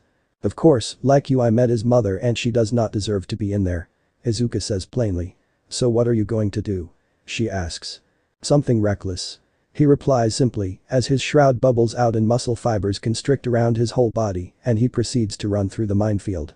You are a lovable idiot and lovable genius. This is gonna hurt a little. Izuka thinks. Full cowling 25%. She whispers and then jumps, clearing the whole minefield. When she lands she looks back in time to see Naruto roll his eyes with a smile on his face, and they both continue moving forward. Looks like Izuka takes the lead again. Mick says, it then shows both Bakugo and Todoroki practically beside each other, with Bakugo blasting his way over the minefield, and Todoroki is using his ice to form a rather thick sheet ahead of him, and fire to propel himself again. And Izuka Midoriya takes first place, followed quickly by Naruto Uzumaki in second place. Everyone hears Mick comment. They see smoke and hear explosions in the tunnel of the finish line, and then see Shoto literally blast out of the tunnel, and then Bakugo. In third place is Shoto Todoroki, directly followed by Katsuki Bakugo in fourth. Mick comments, after several minutes all participants are back in the stadium. As it is every year, that was the stage where so many go home crying, but only the first 42 students to make it back will continue to participate. Now the next game is a cavalry battle, and each participant will be allocated a point value. 42 is 5, and each participant is 5 points above the previous, except number 1, Izuka Midoriya, you are worth 10 million points. Midnight says, and Izuka freezes when everyone looks at her, but she feels 3 hands on her shoulders. She looks behind to see Naruto, Shinso, and Ichako smiling at her. Don't worry, you won't be alone. Naruto says, as Shinso and Ichako nod. And it looks like we have our very first team, you all have 15 minutes until the game begins. Mick says. So what are we going to do for those 15 minutes? Shinso asks, and the 3 of them look at Naruto, but are slightly confused when they see a red bubble over his left eye. I'm seeing if my shroud can alleviate the pain and restore at least a little sight in my left eye. Naruto says, and they just wait till the time's up. In the meantime they are handed a headband with the number 10,420 on it. Okay listeners, the cavalry battle starts now. Mick says, and all other teams run a Team Midoriya. Well, it seems everyone's coming at us. Shinso says. Of course they are, we have the most points and are essentially the most dangerous team. Ichako say. Naruto, is your eye healed any? Izuka asks. Enough. Naruto says, opening his eyes as his special clones appear around them. And a half-body Susanoo forms around them. The head has glowing red eyes and looks demonic, and the torso looks very similar to Naruto's hero costume. 5 teams can't stop in time and run face first into the Susanoo, and their headbands are stolen by Bakugo, Todoroki, a guy with short blonde hair and blue eyes, a girl with long orange hair and a ponytail and teal eyes, and a girl with pink dreadlocks and yellow eyes with a cross in the middle of her eyes. Bakugo, are we going after Izuka's team? Shiro asks. Do you really want us to waste our time? No one here is getting through Naruto's Susanoo. Bakugo says. 30 minutes later. And it is over, now the teams first through fourth will move on to the next stage. One-on-one battles, the teams continuing are Team Izuka consisting of Izuka Midoriya, Naruto Uzumaki, Hitachi Shinso, and Ichako Uraraka. Team Shoto consisting of Shoto Todoroki, Tenya Iida, Momo Yaoi Rozu, and Denki Kaminari. Team Katsuki consisting of Katsuki Bakugo, Ijiro Kirishima, Mina Shido, and Hanta Shiro. And last but not least, this team is all Class 1B, Team Monoma consisting of Nido Monoma, Tetsu, Juzo Hananuki, and Ibara Shiozaki. The participants have an hour break to get something to eat, and there will be a game in between just for fun. Mick says. Izuka, you gonna stay for the game or no? Naruto asks. No, I'm kind of hungry, and I promised Mom I'd eat with her if I got a chance. Izuka says. You too. Shoto says. Same here, I promised Himiko the same thing. Naruto says. Cafeteria concessions. We see the Todorokis, Inko and Izuka, Naruto and Himiko sitting at a table eating when Naruto's head pops up. Naruto looks behind him to see Mineta talking to Momo of all people and pointing at cheerleaders. This has perverted written all over it. Naruto says, seemingly pissed, as one side of his Susanoo ribsage and arm appears, extends over to Mineta and grabs him, pulling him back to them, and looks him in the eye. What are you doing? Naruto asks. Trying to get the girls to dress as cheerleaders, Mineta says, laughing nervously. That's what I thought. You know, Mineta, I don't like perverts. Some people at my old school think I'm the reason there were no perverts there. The reason being, I tend to get a little violent when I deal with perverts. Naruto says, as conveniently the entire cafeteria goes quiet and the Susanoo disappears. Naruto turns back to the table to see everyone but Toga staring at him. What? He asks. You said you could get violent, how violent? Inko asks. I'm not very proud of those moments, there were times where All Might had to pay some hospital bills. Naruto says looking down ashamed. It's alright kid, everyone has something they're not proud of. And perverts are disgusting anyway. Natsuo says. I have several things I'm not proud of. Naruto thinks. Okay participants, the brackets are set and you have 20 minutes left for your break. They hear the voice of Aizawa say a bit muffled. They look over to a television to see a set of brackets and the very first fight is Izuka Midoriya vs Itachi Shinso. So I'm up against Shinso in the first round. He's not stupid enough to attempt to use his quirk on me, but he's also not a slouch in combat. Naruto's a pretty good teacher after all. Izuka thinks. So, not to sound jealous or anything Naruto, but what's your history with Toga? She asks. I met Himiko 2 years after All Might adopted me. I was on my way home from school, I went to take a shortcut through an alley when I stumbled upon him, the villain known as Muscular and whose quirk I used to cover my physical weakness. He had just killed Himiko's parents and was about to kill her. I couldn't stand there and watch and my body moved on its own. I used his own quirk against him and smashed his head into the ground and pulled her out of the alley. I called the cops and All Might and explained what happened. Naruto says. How'd you end up in the hospital Toga? Izuka asks. Izuka? Inko says. It's alright, I'm in the hospital because of the problem my quirk causes. Toga says. You have a quirk-caused addiction, how'd you find out? Izuka asks cautiously. You don't have to if you're not comfortable. She says. It's fine, Ray already knows and Naruto trusts you and I trust him above all else. When my parents died, it traumatized me to the point that the only person that could get near me at the time was Naruto. So the police and All Might had to make a compromise so I could stay with them. After several weeks of staying with them, I bit Naruto. Toga says looking down ashamed. And I've said this every time, neither I nor Menma blame you for that. Naruto says. I know, but I'll always blame myself. Toga says tearing up a little, then she finds her head on Naruto's head. It's alright, just let it out. Naruto says patting her back. Who's Menma? Shoto asks. Well, losing both your parents at the age of 7 isn't exactly healthy. At the time I was so traumatized my psyche split. Naruto says. Dissociative identity disorder. Natsuo says. Yep. They hear as Naruto's hair turns black and his voice is just a tad bit darker. I'm Menma, the more negative side of our personality, but no less powerful. Menma says. I'd say a tad more dangerous since you're less caring than Naruto. They hear and look over to see All Might. I care about Toga, Izuka, Hitachi, Ms. Inko, Ms. Ray, and you dad. That's all that matters to me. That's why Naruto's in control most of the time, I'm less caring. Menma says rubbing Toga's back caringly. We should head on, the matches start in 8 minutes. They hear Shinso say as he walks by. Yeah. They all say. Stadium. There is now an arena in the center of the stadium. Here comes the first match. Itachi Shinso of Class 1C, a guy with a terrifying quirk but a heart of gold. And Izuka Midoriya of Class 1A, a girl with a powerful set of quirks and a similar heart of gold. Mick says as the crowd cheers when they walk out of opposite tunnels. Shinso, let them see why you should be in the hero course. Izuka thinks as they get onto the arena. Begin. Midnight yells and they rush at each other. Shinso tries to roundhouse kick Izuka, but she jumps over it, then proceeds to punch him in the gut. He catches her arm and then throws her over him.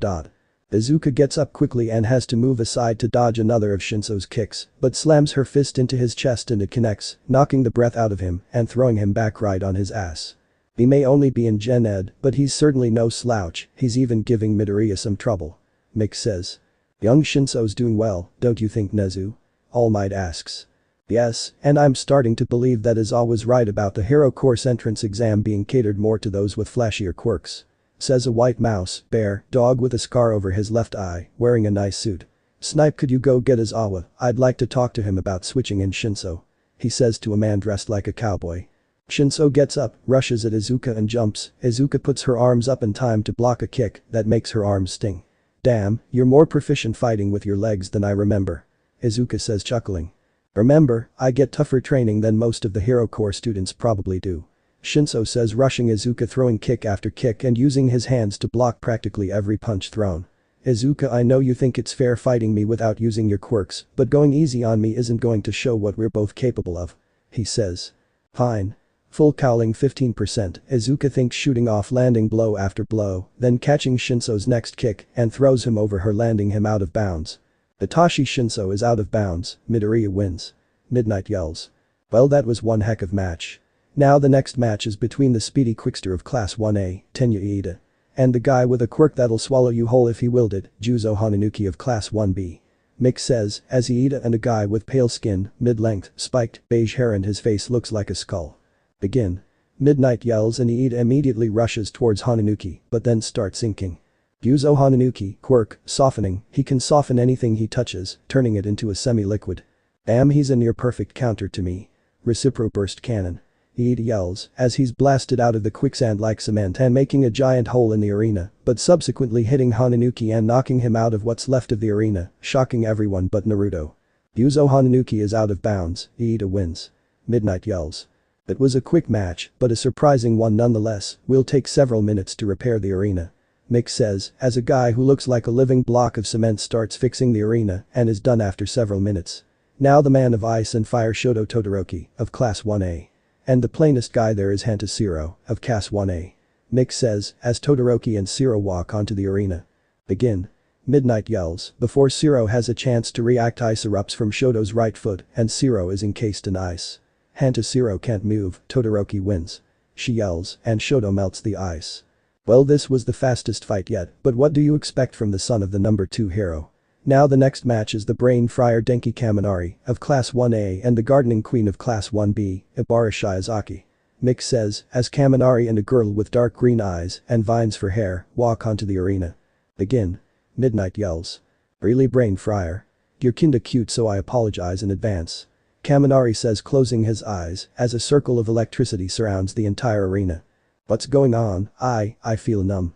Shiozaki says. Yeah, Naruto and I busted our asses, so I could use my quirk without frying my brain. This is one of 2 we found, but the other one is a bit lethal against anyone but Naruto. It slowly paralyzes anyone without a similar quirk as me, or your Naruto. Kaminari says, as Shiozaki falls limp. Shiozaki can no longer move, Kaminari wins. Midnight yells, as the circle disappears and Kaminari helps Shiozaki up. Sorry, it'll take a while for the numbness to go away. Kaminari says, helping Shiozaki get to her classmates. It's fine, you and the rest of your class so far are nothing like Monoma made you out to be, but he does seem to have something against your class president. Shiozaki says. Thanks for helping her get back up here, I'm Itsuka Kendo class 1B's president. Says the girl with orange hair and teal eyes.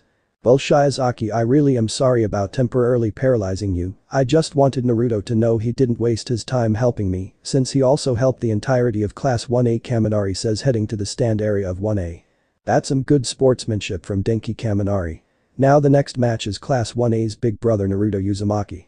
And the pink acid machine Mina Shido, of class 1A. Mick says, as Naruto and Mina walk onto the arena. Who the hell came up with that introduction? Now I know how Itsuka feels, with her class calling her big sis. Naruto thinks. Someone else has to deal with that type of title, but I bet he doesn't mind it. Itsuka thinks. Begin. Midnight yells. Naruto, I know there is no feasible way I could beat you, but real heroes try no matter what when it means protecting people. Mina says, rushing Naruto. Perfectly said. Naruto says. Mina notices his Byakugan activate and he gets into a strange stance, gentle fist, but sorry, you're in my field, Mina. Naruto says, as he practically teleports in front of her. Mina feels something poke her forehead and the world goes dark, and all everyone else saw was Naruto poke Mina in the forehead and her fall unconscious. Mina has fallen unconscious, Naruto is the winner. Midnight yells, as Naruto pokes Mina's forehead again and she wakes up. You knocked me out instantly, didn't you? Mina asks. Pretty much, sorry. Naruto says. It's alright, but I didn't get to show anything. Mina says, downtrodden. What are you saying? You already showed all you needed to, the heart of a true hero. Naruto says. Truly inspiring. Now the next fight is class 1A's mother of creation, Momoyaoi Rozu. And class 1B's lord of mimicry, Nido Monoma. Mick says, as Momo and the guy with short blonde hair and blue eyes walk onto the arena. Okay, just focus on what Naruto told you. Momo thinks. Flashback before fights. Momo is heading to the stands to watch Izuka and Shinso's match when she sees Naruto scowling. Naruto, is something wrong? She asks. In your match you're fighting Monoma. He says. Yeah, is there a problem? She asks. No, just don't ever let your guard down and don't let him take the offensive. He says. It sounds like you have an experience with him. She says, concerned. We have a history, I'll tell you some other time. His quirk is called copy. He can use the quirk of whoever he touches for 10 minutes. Last I remember he could only copy 3 quirks at a time. Naruto says, walking into the stadium. Flashback end. Begin. Midnight yells. Momo creates a pole and rushes at Monoma and goes to hit him. She is surprised when she hears the clanging of metal hitting metal. She looks and sees Monoma encased in steel. How profoundly stupid, it's obvious you were tipped off about my quirk, but it's rather deprived of intelligence to rush me not knowing what quirks I've copied. Monoma says, inhaling air, and then blows, creating a sphere around Momo, and simply rolls her off the arena. Momo is out of bounds, Monoma wins. Midnight yells as the sphere around Momo disappears. Well, that was rather quick. The next match is between the two manliest hardheads of Class 1A and 1B, Ajiro Kirishima and Tetsutetsu. Mix says, as Kirishima and a guy with grey hair and black eyes that are surrounded by a tan-colored substance and similarly sharp teeth as Kirishima walk onto the arena. Begin. Midnight yells as Kirishima takes the appearance of rock and Tetsutetsu turns to steel. They rush and start clobbering each other. How is he denting me? Tetsutetsu thinks, but then he get punched in the face and feels very small spikes impact into his face. How do you have spikes on your hand? He asks. It was one of Naruto's suggestions to improve my quirk. I have crocodile scars on my fingers that turn into tiny spikes when I use my quirk. He suggested it for if I were to fight a person with a similar quirk to me. Kirishima says, throwing another punch that on impact causes cracks to appear in the steel. What? Tetsutetsu thinks, since with every impact from Kirishima he's being pushed closer and closer to the edge. Sorry, you're a cool dude and all, but I won't lose to you. Kirishima says, throwing one last punch that knocks Tetsutetsu out of the ring.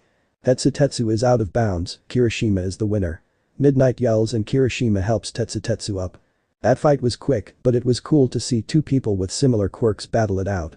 Now the final match of round 1 is between the second hottest couple in Class 1A, Katsuki Bakugo and Ichako Uraraka. Mix says, as Bakugo and Ichako walk onto the arena. Begin. Midnight yells. Don't hold back on me just cause we're a couple, Katsuki. Ichako says. Of course not, that would demean all the training you've done. Bakugo says with a smirk, and they rush at each other. Katsuki throws his arm in an arc, releasing a white explosion, and quicker than most of the people think she can, she dodges it and rushes right into his face. Before he can move to try to get away from her, she flips, catching him in the jaw with her foot, pushing him into the air, and she grabs his leg. Shit. Katsuki thinks. Well folks, this fight is currently going the exact opposite that I thought it would. Mix says. And it seems that training is paying off. Ichako say, but everyone is surprised when he puts both hands behind him and releases explosions, propelling himself towards Ichako, but then points both arms to his left, confusing Ichako, and releases an explosion. The explosion causes him to spin so fast, thanks to Ichako making him weightless, that when she feels his foot impact with her face, she's surprised by the force behind it and is thrown back.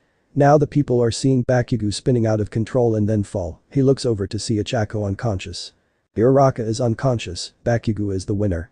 Midnight yells. Shit, I didn't think I hit her that hard. Bakugo says, running over to her, picking her up and running to Recovery Girl's office. Now that was a tense fight, and that officially the end of the round 1 matches. Now we're giving the contestants a couple before we start round 2, but it's starting with Izuka Midoriya and Tenya Iida. Mix says. Nurse's station.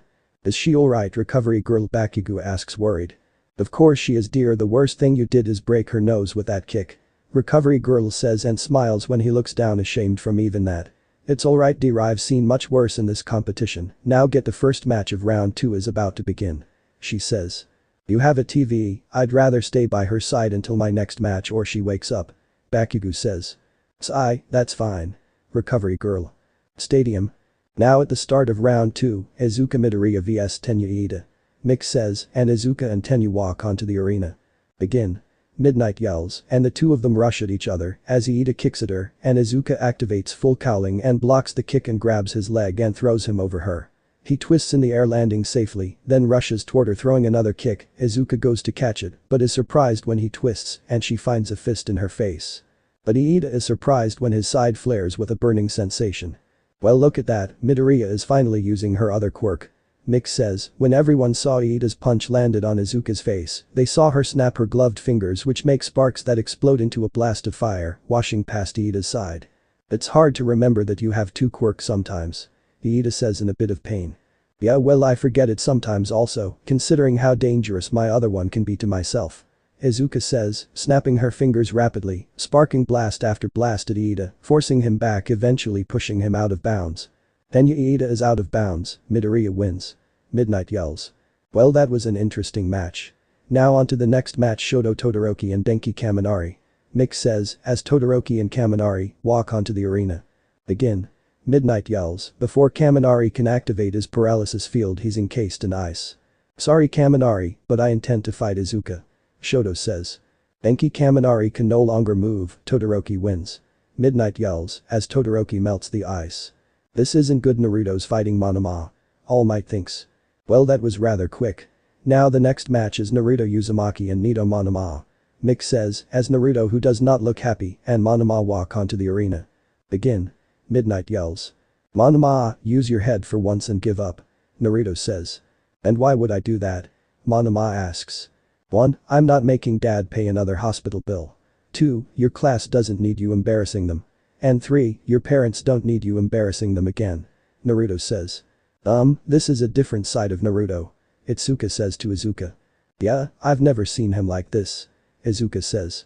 Earlier Naruto tipped me off about Monoma's quirk, he said they have a history, and I felt it was really bad, this confirms it. Momo says. There's your arrogance, assuming you're still able to beat me. Monoma says.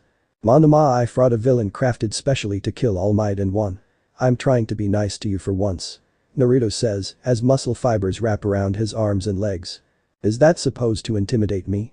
Monoma says, turning to steel with a smirk as blades engulf his hand. Last I remember you could only use one copied quirk at a time. Naruto says. Well, it's been 5 years since we were in the same school, for our little spats. Monoma says as the blades start spinning like drills. I'd hardly call throwing each other through walls a spat. Naruto says as he rushes forward, breaking the cement under him, and electricity sparks off of him, and he appears in front of Monoma and throws a punch, and surprising everyone from class 1B, from the impact of the punch, cracks appear all over the steel around Monoma. Naruto yells in pain when he feels like the skin on his side has been shredded. He looks down at his side, and sure enough, the side of his gym uniform is gone, and his side looks like it got skinned. Look at that, it seems Monoma is a powerful person after all. Mick says. How do you like that? I always said I was as strong as you. Monoma says smugly. No, you're only as good as the quirks you've copied, you're only proving the strength of your classmates. Naruto says, knocking Monoma's legs out from under him. Haha, you know you've always thought yourself better than me. But at least I have normal relationships. Monoma says smugly, getting up. Uh-oh. All Might says. Is there a problem, Toshinori? Nezu asks. Probably, Monoma is the reason I moved Naruto to Nabu. Monoma is the only person other than you know that can piss off Naruto. All Might says. What are spouting off now? Naruto asks, losing all friendliness. Let's start with your friend Shinso, he wants to be a hero, but his quirk could never allow it, he can force people to do whatever he wants. And then there's the two people you love most. First your girlfriend, the once upon a time suicidal Greenette. And the blonde bitch that physically bit you, yet you forgive her and put her in a hospital, visit her once a week to give her blood because of a quirk-caused addiction. Monoma says smugly. Shut up. Monoma hears him growl out and looks up and sees his hair is now black and gulps in fear. May have overshot my luck with that. Monoma thinks as Menma appears with his arm embedded in Monoma's stomach. Almighty push. Menma roars as Monoma is blasted off the arena and then through several walls, shocking everyone, and Naruto takes back control, and everyone can tell Monoma crossed some sort of line. Nito Monoma is out of the arena, quite a ways out of the arena, Naruto is the winner. Midnight yells. Well, ain't that something, that's the first time I've seen Naruto lose his cool. But either way, on to the next fight, Ijiro Kirishima and Katsuki Bakugo. Mick says as Kirishima and Bakugo walk onto the arena. Begin. Midnight yells and Kirishima rushes at Bakugo, but hardens his whole body just as he's engulfed in an explosion. Their quirk is nothing to sniff at Kirishima, but as any quirk it has its limit. Bakugo says, holding his hands out, one cupped in front of the other. AP shot autocannon. Bakugo yells, releasing a massive flurry of bullet-like explosions that engulf Kirishima. Once the smoke clears, everyone sees Kirishima laying on the ground, slightly scorched and unconscious. Ijiro Kirishima is unconscious, Bakugo is the winner. Midnight yells. Okay, that's 2 rounds down, 2 to go. Sorry, but we'll be taking a small intermission, but when we come back the first fight of round 3 is Izuka Midoriya and Shoto Todoroki. Mick says and the crowd cheers. Waiting room. We see Naruto, Izuka, Shoto, and Bakugo sitting in the room when the door opens, and when they see who walks in, all 4 of their eyes narrow. The guy who walks in is big, has short spiked red hair and turquoise eyes that is surrounded by a mask of flames, and seemingly has a beard of flames. He's wearing a tight navy turquoise bodysuit with lines of flames streaming across his chest, upper torso, arms and most prominently his shoulders. He wearing tall boots that appear to be either made of fire themselves or constantly left alight, as only their soles and laces are visible around the flames. He's sporting white bracers on his lower arms, styled in a cage pattern, and a blue belt with a pouch attached on either side. "What would you want with us, Flame Hero, Endeavor?" Naruto asks with a slight edge in his voice. "You Endeavor," say, pointing at Izuka. "You have two quirks, not only a quirk similar to All Might's, but also a fire quirk. You are a perfect test for my Shoto. Don't hold back," he says, and Shoto goes to say something. "Shoto is the third strongest in the class, after me and Naruto. I'd be an idiot to hold back on him," Izuka says, as the bell for them to start heading to the arena sounds and they go to leave. "I'm not done talking to you yet," Endeavor says sternly. "Yeah you are, they have a match to get to," Naruto says, gaining his attention, and the two of them slip out. "How dare you speak to, you look familiar," Endeavor says. "I guess I would, since everyone says I'm a carbon copy of my father, the Yellow Flash, the heroes who rank you were given when he died 8 years ago. Don't count on Shoto winning, he only wants to fight Izuka to test himself. Truthfully, he knows she is the perfect counter to him, her strength for his ice and her pyrokinesis for his fire," Naruto says, making Endeavor's eyes widen, and just leaves. "What was that about?" Bakugo asks. "Let's just say I don't have a high opinion of Endeavor. I'm pretty sure he never earned anything other than his hero license, since he was only handed the title, #2 hero, after my father Minato died," Naruto says bitterly. Stadium. Now the first match of the third round, Midoriya vs Todoroki. Mick says, as the two of them walk onto the stage. "Begin." Midnight yells and ice erupts from Todoroki's foot, and green electricity flares around Izuka, and she throws a fist at the ice, shattering it to most people's surprise. "Shoto, don't hold back on me," Izuka says, appearing in front of him, bashing her fist into his stomach, throwing him back. "Alright," Shoto says, standing up, and throws his hand in front, and fire erupts toward Izuka. Most of the stadium is surprised when the fire stops halfway. They look and see Izuka with her hand pointed at the fire. She then balls her fist when she hears more ice erupt from Shoto. Everyone is surprised when the ice is starting to go through the fire. It turns white and dissipates after a few seconds, and where the ice and fire was, the cement is in a liquid state. Shoto notices Izuka's fingers twitching, and a thick wall of ice erupts in front of him as Izuka throws her right hand up and snaps her finger, with blue fire erupting from the sparks. When the smoke clears, everyone can see the ice wall is completely melted, and Shoto is right in front of the out-of-bounds line. "Sigh, Katsuki's rubbing off on me," Shoto thinks, as fire and frost start billowing off him and everyone in the stadium feel it get extremely cold. Then Shoto puts his left hand up and a near white gout of fire blasts off of his palm. Flash freeze heatwave. Shoto roars as everyone looks over at Izuka to see red lines spread all over her body that disappear as the green electricity she's slowly becoming known for arcs around her. Full cowling 30%. Izuka roars, throwing one hand up to the sky, and the fire follows, flying into the air and pointing the other hand at Shoto in a flicking motion. Delaware smash. She yells, flicking, sending a powerful blast of air pressure at Shoto that on impact rockets him off the arena. Shoto Todoroki is out of bounds. Midoriya is the winner. Midnight yells as Izuka goes and helps Shoto up. Now wasn't that an action-packed battle between two of the four strongest student of class, but don't fret, for the next battle between Naruto Uzumaki and Katsuki Bakugo are the other two of that group. Mick say, as Naruto and Bakugo walk onto the arena. "Begin." Midnight yells. "Naruto, right here right now, we fight and absolutely no holding back," Bakugo says, pointing a fist at Naruto. "Of course, give me everything you can, but you'll regret it," Naruto says, also pointing his fist at Bakugo.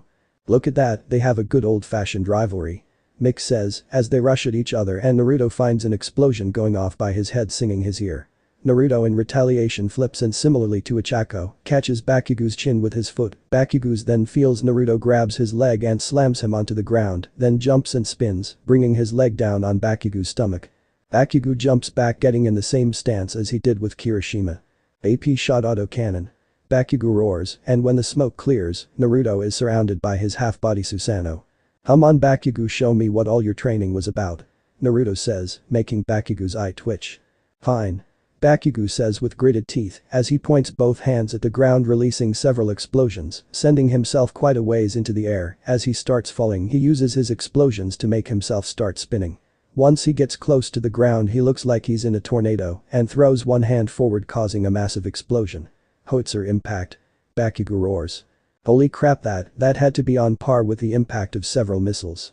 Mick says, terrified of the power of that move, but is surprised when the smoke clears and everyone sees Naruto standing there unscathed, with his hand held out with a blue circular barrier that seems to be slowly swirling to his palm. Naruto then appears in front of Katsuki with his hand against Katsuki's stomach. Almighty push. Naruto says calmly as Bakugo is rocketed off the arena. Katsuki Bakugo is out of bounds, Uzumaki wins. Midnight yells. That was dangerous, you know. Bakugo says but flinches at Naruto's cold stare. I could say the same to you if you were fighting anyone else that would have seriously injured them, even All Might. Naruto says. But you're completely unscathed. Bakugo replies.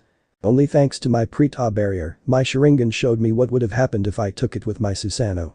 Naruto says. Just curiosity, what did you see? Bakugo asks. I saw my Susanoo shatter and myself get thrown through every wall between here and the parking lot and all four limbs at odd angles. Here's a lesson, Bakugo, no matter how strong you are, your pride isn't worth hurting somebody. Naruto says, walking away, horrifying Katsuki with what he saw. Okay, that was a fight and a half, now we'll take a 30-minute interlude till the final fight between the power couple Izuka Midoriya and Naruto Uzumaki. Mick says. Waiting room. Naruto is sitting in a waiting room alone when the door opens. He looks over and is surprised by who he sees. Tensei, what are you doing here? Naruto asks the guy that looks like Iida, just older. He's wearing an open white plaid button-up and short-sleeve shirt over a dark blue, sleeveless shirt, white shorts and dark blue sneakers. I took your suggestion and took the day off to support my brother. He wanted to talk to me in private in a waiting room, but he didn't specify, so I have to check each room. I'm surprised Midoriya isn't here. Tensei says. She told me she wanted to talk privately with Himiko.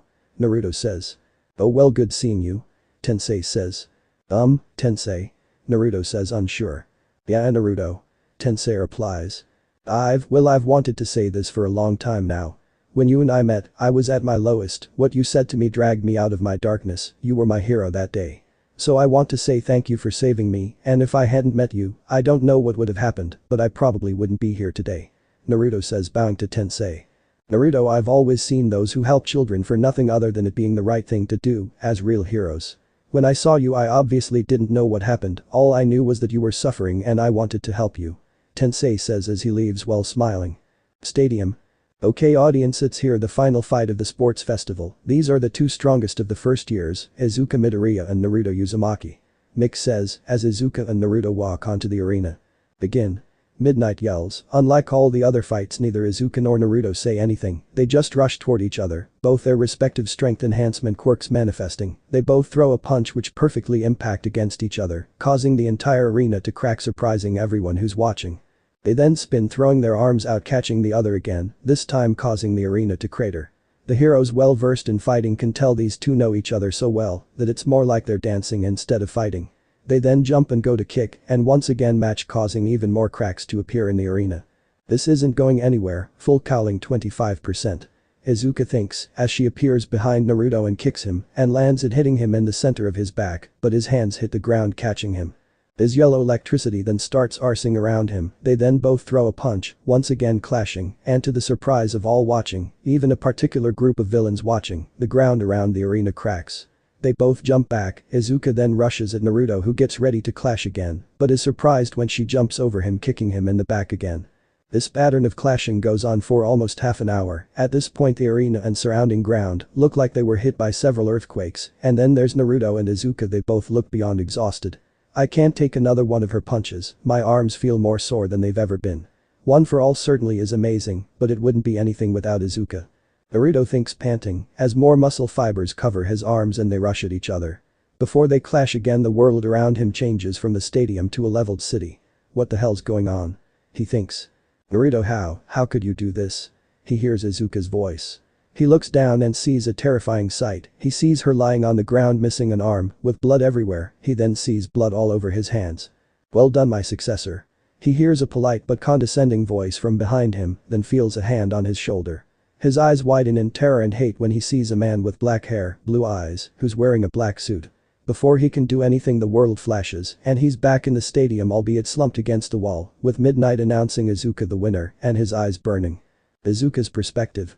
Shit, I can't handle this much longer, I need to end this in the next attack. If I don't I might end up breaking my arms. Izuka thinks as they rush at each other as they're about to clash. She sees Naruto freeze with terror-filled eyes that switch to the Byakugan that proceeds to change, gaining a dark blue pupil, blue iris with an overlapping white flower pattern. Her fist then hits his chest, rocketing him off the arena and into the wall. Naruto Uzumaki is out of bounds, Midoriya wins Midnight yells, a little surprised. Well, look at this upset, ain't this a turn of events? Izuka Midoriya actually beat Naruto Uzumaki. Mick says. Ouch. Izuka thinks. After 10 minutes we see Izuka standing on a podium labeled 1, Naruto standing on a podium labeled 2, and both Bakugo and Todoroki standing on a wider podium labeled 3. Now it's time for the award ceremony, and to present the medals is none other than All Might himself. Midnight yells, as everyone hears All Might laugh and then see him jump off the roof onto the field. All Might, please award the medals. Midnight says and All Might grabs 2 third-place medals. Congratulations Shoto Todoroki, you will become a great hero, but some good advice for you is you rely far too heavily on you Quirk, you should learn some hand-to-hand. All Might says putting one of the third-place medals around his neck. I guess I should take Naruto up on his offer then. Thank you for the advice All Might. Todoroki says bowing. Congratulations Katsuki Bakugo, just like the other 3 you truly have what it takes to be a great hero, the only advice I have for you is to dial back on your pride. All Might says putting the other third-place medal around his neck. I know, my pride has always been a bit of a problem. Bakugo says, as All Might grabs the second-place medal. Congratulations Naruto Uzumaki, your future as a hero is bright. Naruto, I'm proud of you my boy. All Might whispers then goes and grabs the first-place medal. Congratulations Izuka Midoriya, I knew I trusted my gut about you having what it takes to be the next symbol of peace. I'm sorry to admit that I was the same as Mick about you beating Naruto, but it shows how strong you've gotten. All Might says putting the medal around her neck. I'm not so sure about that, we were about to clash in that last attack. Naruto just froze and his eyes widened in fear, then his Byakugan activated and then just changed. Izuka whispers to All Might. They're the winners this time, but listen, any of you could have ended up on these podiums. It's just as you saw, competing, improving each other, and climbing even further. The next generations of heroes is definitely sprouting. So I have just one more thing to say, go beyond, plus ultra. All Might yells. We see Class 1 is sitting at their desks directly after the sports festival, and Aizawa is standing up front. I'll admit I'm impressed with how most of you did in the festival, but Mineta, get the hell out of my classroom, you've been demoted to Gen Ed. Aizawa says. What, but, Mineta says. Get out. Everyone yells, and Mineta runs out of the classroom crying. Okay, you can come on in now. Aizawa says, and Shinso walks in. Yikes, I'll try not to do whatever he did. Shinso says, chuckling. Now, today's almost over, Shinso, you're going to come with me to get your costume sorted out with the support course. Aizawa says, just as the bell rings, and they all walk out, when some of them notice Naruto going further into the school. Is something wrong Naruto? Izuka asks worried. Nothing's wrong Jade, I just need to talk to Principal Nezu about something. Naruto says walking away. He's lying. Asui says. It's alright. Izuka says walking out. You're alright with him lying to you Bakugo asks. In this situation, yes. Izuka says. What do you mean? Momo asks. As normal as any person calling me Jade, as a pet name is, Naruto did that without knowing it, he only says it when he's feeling insecure with himself about something. And no, he's currently in a mind that only the person who he wants to talk to will be able to get any information out of him. Izuka says and leaves. Think he's sore about losing? Hagakure asks. Hell no, similarly to Aizawa-sensei, Naruto doesn't care about spotlight, plus he's going to Principal Nezu. It probably has something to do with those new eyes of his. Bakugo says leaving as well. Nezu's office. So what's the problem Naruto? Nezu asks. Something happened during my fight with Izuka. Naruto says and explains what he saw during Izuka and his fight. Let me see these new eyes. Nezu says and raises his brow when he sees the flower pattern. Sigh, those eyes are called the Tensogen, as you know outside of your great-great-grandfather, eye-based quirks seem to run in your family, those were your father's, but he rarely if ever used them. Outside the name though, I know nothing else about it, this is your best bet. Nezu says, writing an address on a slip of paper, and hands it to him. Next day. We see Aizawa walk into class 1 sporting a scar under his right eye. Morning class, today we're having a special hero informatics class. He says, and some of the class get scared. This lesson has to do with the pro-hero drafts. Drafts begin in earnest in the second and third years, after students have gained experience and can become immediate assets to the pros. In other words, for them to extend offers to first years like you shows that they are interested in your future potential. These offers are often cancelled if that interest dies down by graduation. So here are the totals for those with offers. He says hitting a button, and out of the entire class is 4 of them that each have 3,000 each. They are Izuka, Naruto, Todoroki and Bakugo. Shinso is surprised when he even sees his name on there with 500 offers, which puts him having the 5th highest number of offers. Now that you're officially starting to be seen as heroes, and these internships are the first step of that, there's something you need to do now. Aizawa says, as the door opens up and Midnight walks in holding whiteboards and markers. Hero names, they are one of the most important parts of a hero's image. She says. Midnight's here because this type of thing isn't really my thing. Aizawa says, remembering how he got his name while getting in his sleeping bag. So who's coming up first? Midnight asks, and Mina walks up to the front of class and brings up her board, which says Alien Queen, but it's rejected on the fact of potential copyright, so she goes with the name of Pinky instead.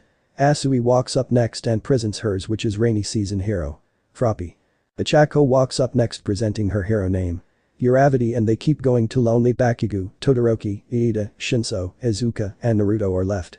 Bakugo walks up presenting his hero name, Ground Zero, then Todoroki presents his, the Fire and Ice Hero. Icy Hot. Iida is next presenting his family's name, Ingenium, then Shinso comes up presenting his, the Puppeteer Hero. Persona, then Naruto and Izuka walk up together. We've been thinking about this for a while. Both Naruto and Izuka say presenting their hero names together while smiling, the hero of hope, the yellow Flash, and the heroine of hope, the green Flash, surprising everyone while Midnight and even Aizawa smile. Well, now that that's done, figure out who you're going to intern under, have it to me by the end of the day. Aizawa says, as the lunch bell rings. Lunchroom. Once again all of class 1 is sitting together during lunch, Shinso in Minetta's place. So anyone have an idea who they're going to intern with? Mina asks. I plan to intern with my brother. Iida says. I'm going with Ed Shot. Todoroki says simply.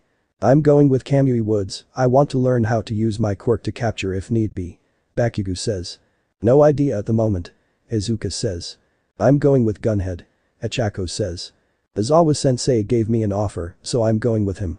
Shinso says, and a lot of them turn to Naruto. I'm interning with your brother as well, Iida. Naruto says. I hope you can keep up then. Iida says good-naturedly. Oh, I can, I'm worried if you and Tensei can keep up with me after all, my father was known as the fastest man alive. Naruto replies with a smirk. Okay, enough with who's faster than who.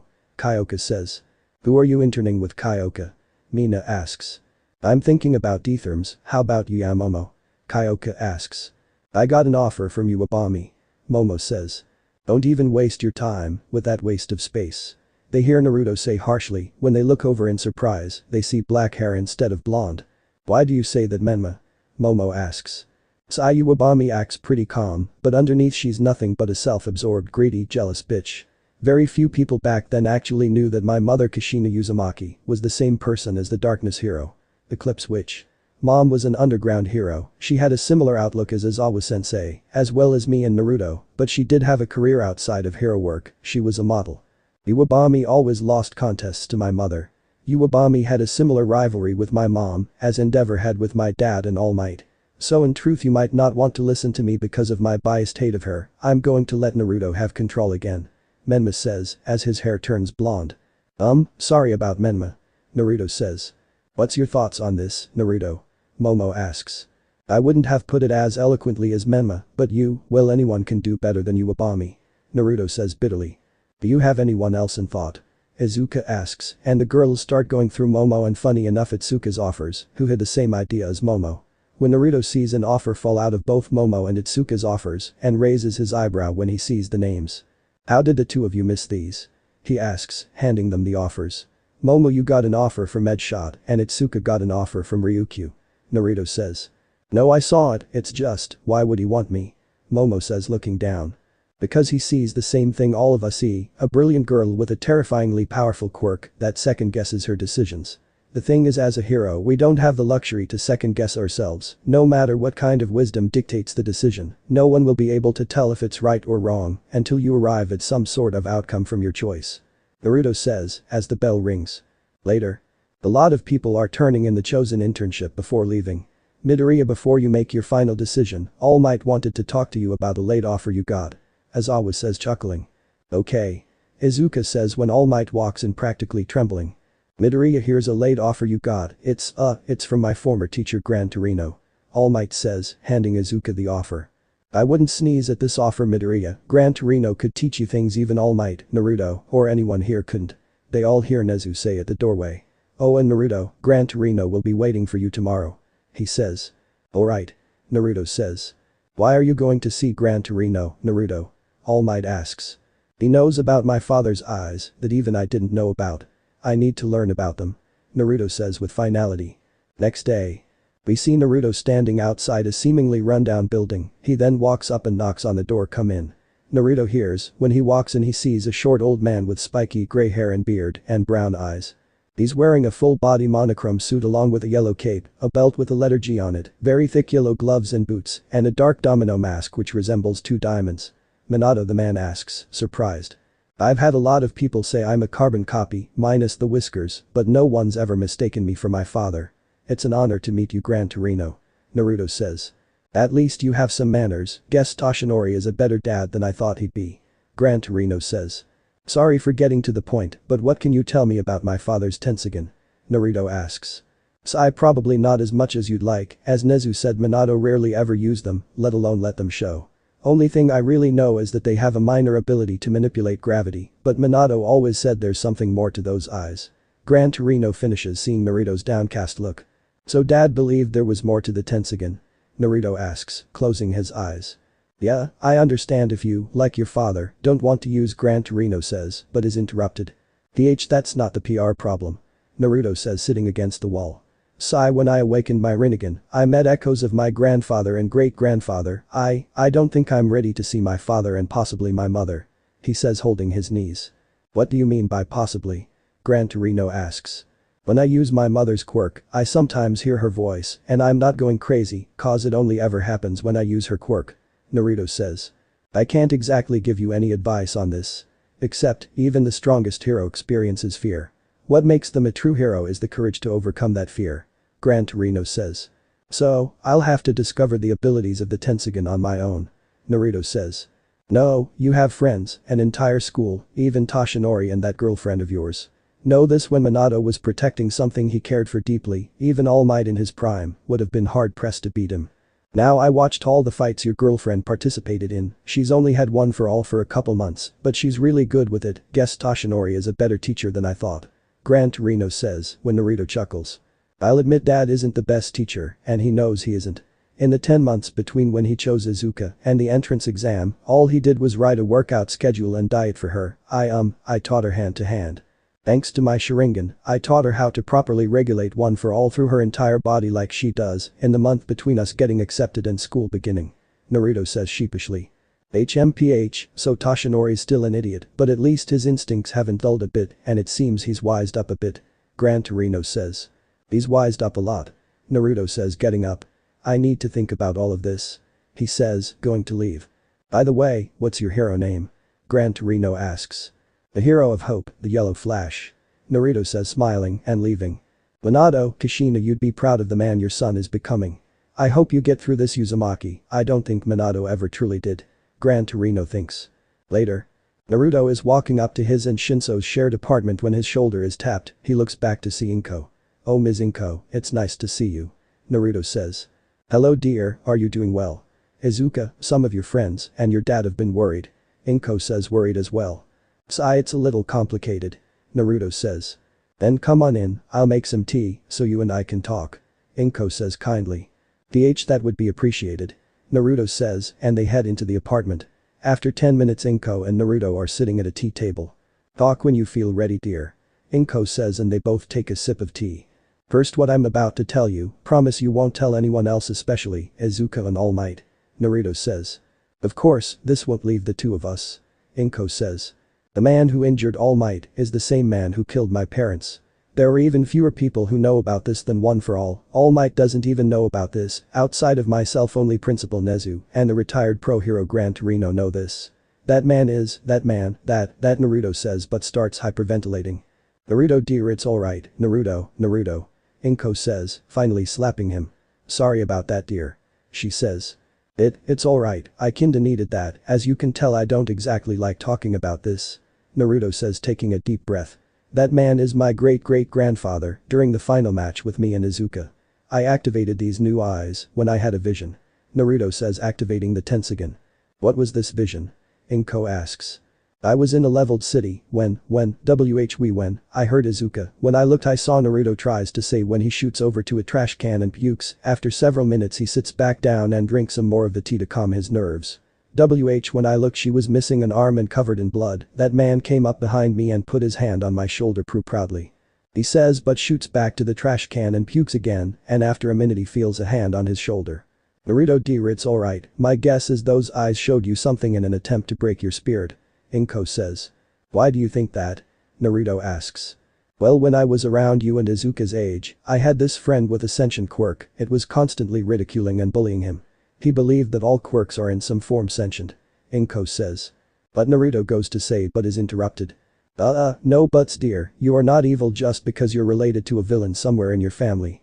Inko says assuredly. How can you be so sure? Naruto asks. 1. Your reaction to all of what you just told me, you nearly had a panic attack several times. Over the last 11 months, as I've gotten to know you dear, I've seen why you and Izuka click so well, it's because you're so alike. You would both put your lives on the line to protect an innocent person, and you'd both be happy if you protected at least one person, no matter how badly you got hurt. So no matter what, you could never do what you saw in that vision. Inko says. Why do you have so much faith in me? Naruto asks, starting to break down. Naruto dear I have faith in you because you gave me my daughter back. Inko says kindly. What do you mean? Naruto asks confused. Naruto, I'm not an idiot, as much as I hate to say it. I saw all the signs, before Izuka met you, she was on the brink of suicide, and I couldn't stop it. Inko says sadly. Naruto dear, you breathed new life into her, if anyone in your class deserves to be a hero, it's you, and no damn vision is going to change my opinion. Inko says but then covers her mouth, making Naruto laugh and look down at his tea, in deep thought. Inko, thank you for helping me get this off my mind. Naruto says standing up. My pleasure dear, you've helped Izuka so much, the least I could do is help you. Izuka and All Might be waiting for you at your apartment, I won't say a thing to them, but I think you should tell them. Inko says, while walking him to the door, he walks out, then heads to his and Shinso's apartment. The door opens and Shinso is walking out. Hey Shin. Naruto says. You sound better, oh and a warning, All Might and Izuka are waiting for you inside. Shinso says and leaves. So I might as well deal with this now. Naruto sighs out, walking into the apartment. Naruto All Might says, but Naruto holds his hand up. If you tell Izuka about All for One, I will tell the two of you what happened after the internships. There are things I'm trying to work through right now, it takes a little precedence at the moment. Naruto says walking into his room and sits down and starts meditating. White space. Naruto opens his eyes and sees nothing but a white expanse. Naruto. He hears from behind him, when he looks back he sees two people. The first is male with spiky blonde hair like his own and sky blue eyes, he's wearing a navy polo, neon blue shorts, and house slippers. The other is a beautiful woman with long red hair and violet eyes, she's wearing a white high-collared sleeveless blouse under a long loose-fitting green dress and slippers. Mom, Dad. Naruto says, starting to tear up. Hello son, I guess it's been a while, look how big you've gotten. Minato says, while Kushina rushes up and pulls Naruto into a hug. My baby you've gotten so big. Kushina screams. Yeah I guess I have. Naruto says. Naruto, you're here to talk about the Tensogen, aren't you? Minato asks. Yes but that can wait, I'd rather spend time with the two of you. Naruto says sitting on the floor and his parents do the same and they just start talking. Couple hours later with All Might and Izuka. So, since I'm now the wielder of One for All, I'm destined to fight All for One. Izuka says. Yes and no, usually it'd be that way, but you're a little different because you have Naruto. He hates All for One even more than I do, and All for One has had an odd interest in Naruto's family, being that he's killed each one. He won't let you face All for One, as long as he could fight him instead. All Might says. Naruto, Minato, and Kushina. It sounds like you've had a good life, I want you to know that your mother and I are both proud of every choice you've made. And when we're done here can you tell All Might something? Minato asks. Of course. Naruto says.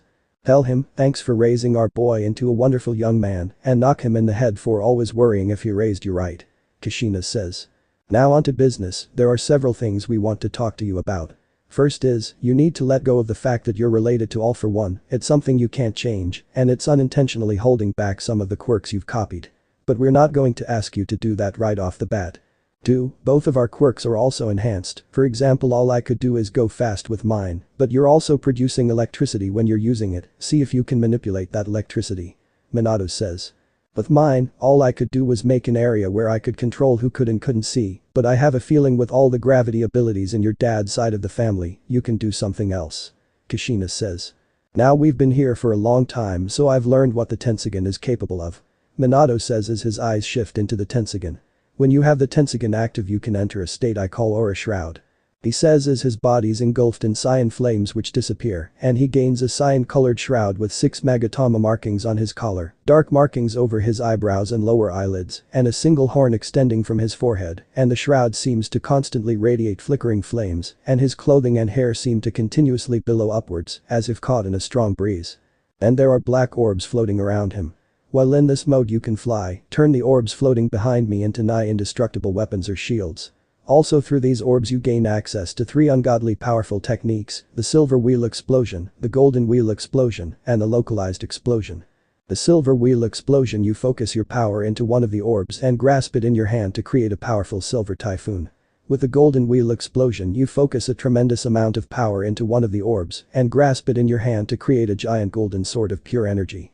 While the localized explosion is a bit different, you focus your shroud on one hand and create a green orb that passes through the target's body, knocking them unconscious and exploding once it makes contact with something. These techniques are not to be used lightly, any one of them is capable of permanently altering something like the moon with ease. Minato explains releasing the shroud. Gran Torino said something about manipulating gravity to a degree. Naruto says. Without question, the Tensogen is king when it comes to manipulating the gravitational field of anything around you. Minato says, and he and Kushina put their hands over Naruto's heart. Naruto, it's time for us to leave, but don't forget we'll always be here and we'll always be proud of you. They both say, as they disappear and the world around Naruto goes black, he opens his eyes to see his room. He hears All Might knock on his door and he opens the door. I guess I was right, you were talking with your parents, weren't you? All Might asks, seeing tears. Yeah, I was, and they wanted me to tell you something. Thanks for raising our boy into a wonderful young man. Naruto says, then hits him upside the head. That's for always worrying if you raised me right. He says smiling. That was from your mother wasn't it? All Might says. Yep. Naruto says. 2 days later. We see all of Class 1 walking through a train station along with Aizawa. Now unless you're patrolling with your hero, you can't wear your hero costume. Remember your manners and try to learn something. Now off you go. Aizawa says while Shinso follows him. Well stay as safe as you guys can. Bakugo says as he gets on a train and everyone follows his lead. But Naruto and Iida. Bakugo is right, we need to be careful, especially in Hosu at the moment. Naruto says, sitting across from Iida. What do you mean? Iida asks. Do you not keep up with the news? Naruto asks. I watch the news once a week. Iida says. Well I watch the news every day, as of this moment the hero killer. Stain is prowling around Hosu. Naruto says, completely serious. That will complicate the internship immensely. Iida says. Yes, after all, he has put many pro heroes into early retirement and killed a few. Naruto says. Hour later. Iida and Naruto walk into a tall pristine building and they walk up to a woman sitting at a desk. May I help you too? She asks kindly. Yes ma'am, I'm Naruto Uzumaki and this is Tenya Iida, we're here for our internships with Ingenium. Naruto says and the woman starts typing on her computer and brings up pictures of the two. Yes, Tensei is waiting for you too, his instructions are for me to show you two to the room you'll be staying in for the week and then bring you two, with you costumes on, to him. She says getting up. Lead the way ma'am. Iida says and after about 15 minutes, both of them are standing outside a rather quaint and humble office, in full costume, and Naruto knocks on the door. Come in. They hear Tensei say and they walk in and he's in full costume. I'm happy you two made it safely and I appreciate that you two chose to intern here, you must have gotten offers from much better agencies. He says.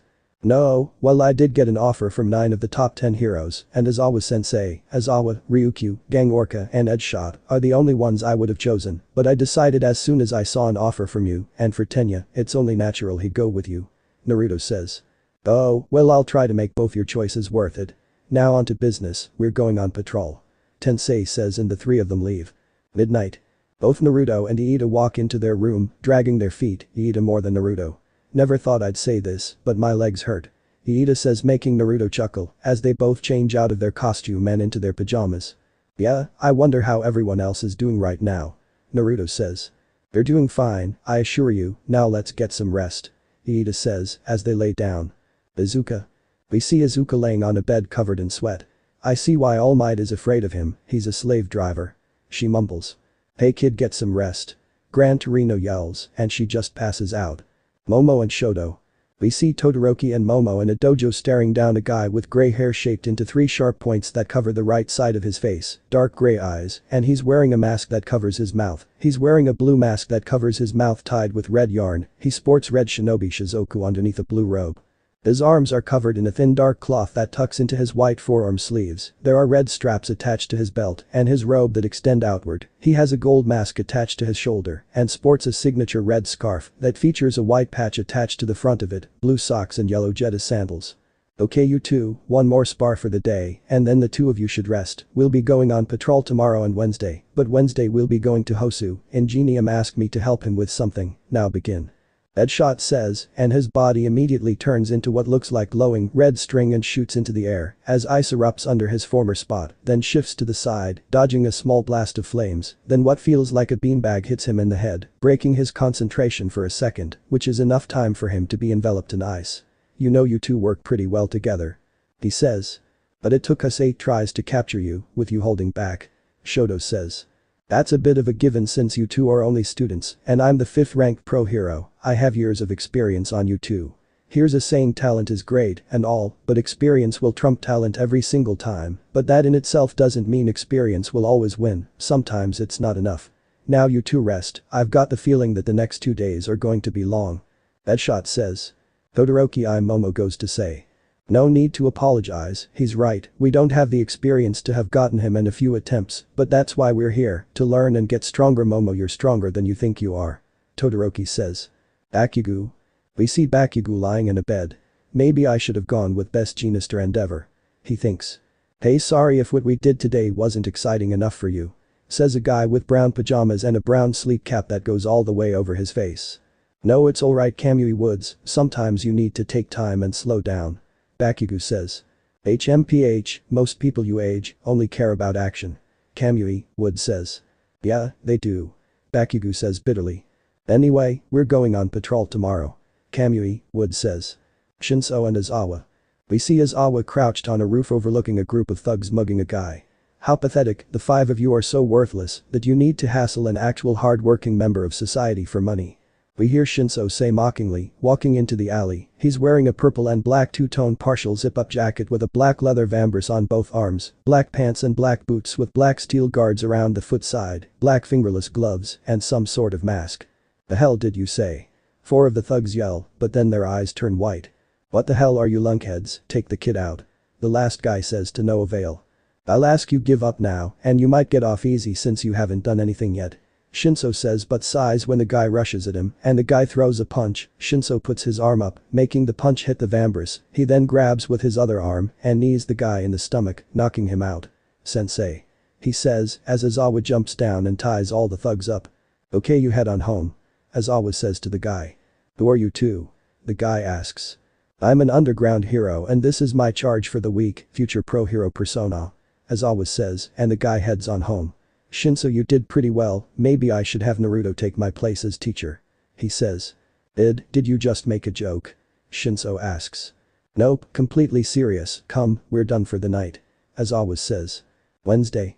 In Ingenium's headquarters we see Tensei, Tenya, Naruto, Todoroki, Momo, and Deadshot.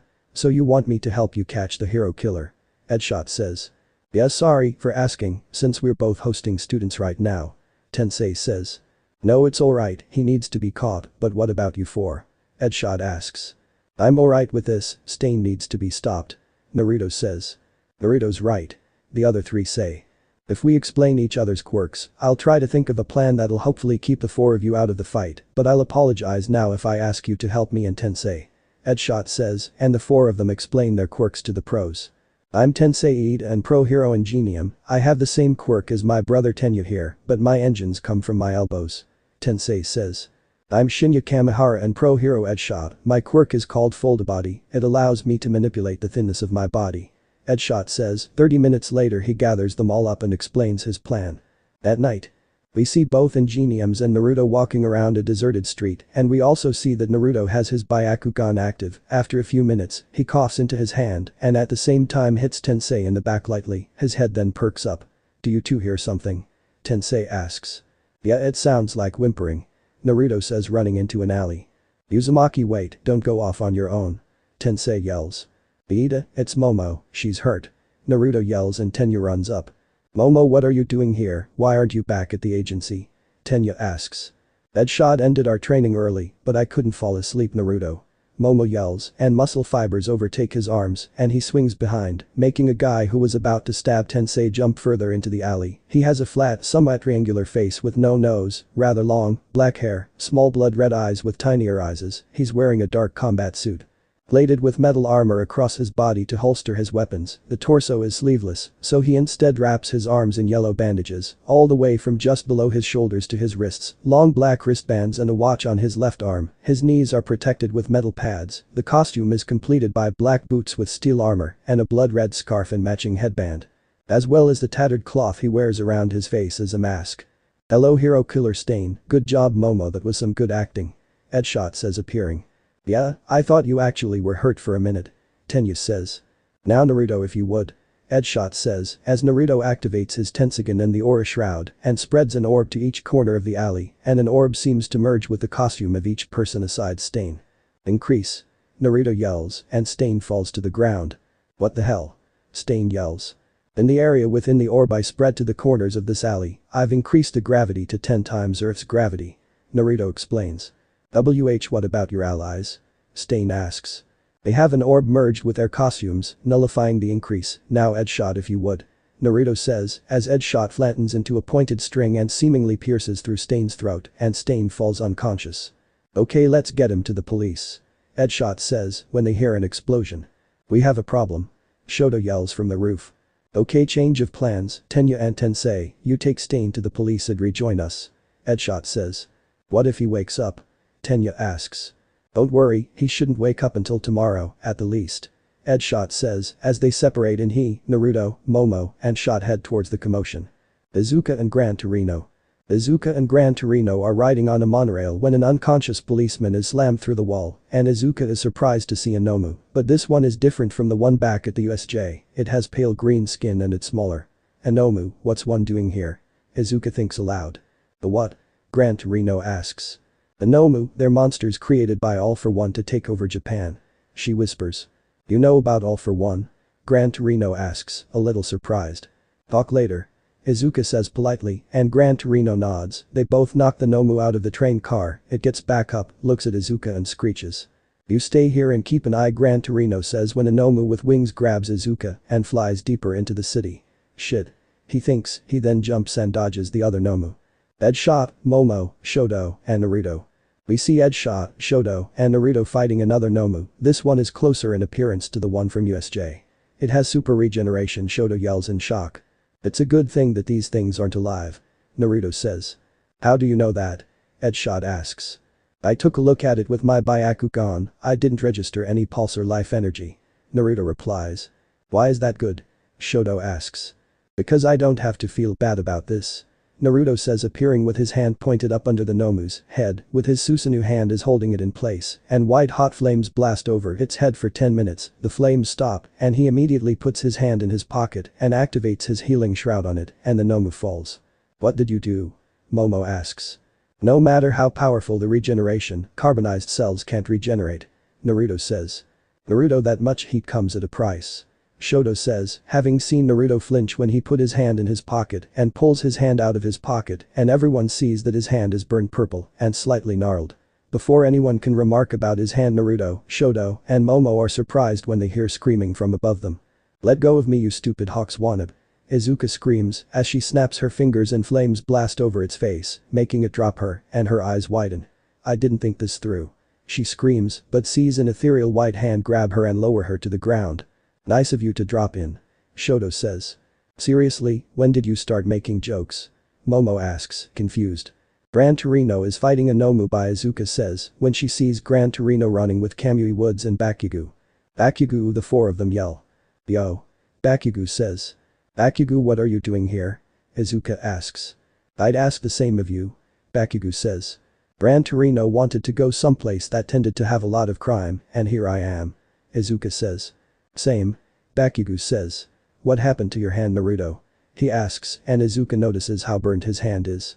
You overdid cremation, didn't you? She sighs, grabbing some medical tape and burn cream out of her belt pouches and starts wrapping his hand up. Yeah. Naruto says. Izuka, Bakugo, what are you two doing here and what happened to Naruto? Tenya asks as he and Tensei run up to them. Our respective pro thought it'd be better if we came somewhere with more crime. Bakugo explains. I overused cremation and burned my hand to take out a Nomu that had super regeneration. Naruto explains. At least you two didn't miss all the fun. He says. What do you mean, all the fun? Bakugo asks. Well, I helped Headshot capture the hero killer. Naruto says, surprising the two of them. I guess there's been enough excitement for one day, the four of you can stay at my agency tonight. Tensei says as they all head towards his agency. The end. So how was this part? I hope you like it. And if you like it, share this part with your friends and like the video too. And don't forget to subscribe our channel for daily awesome fanfiction. Okay, it's time for me to go. Bye bye.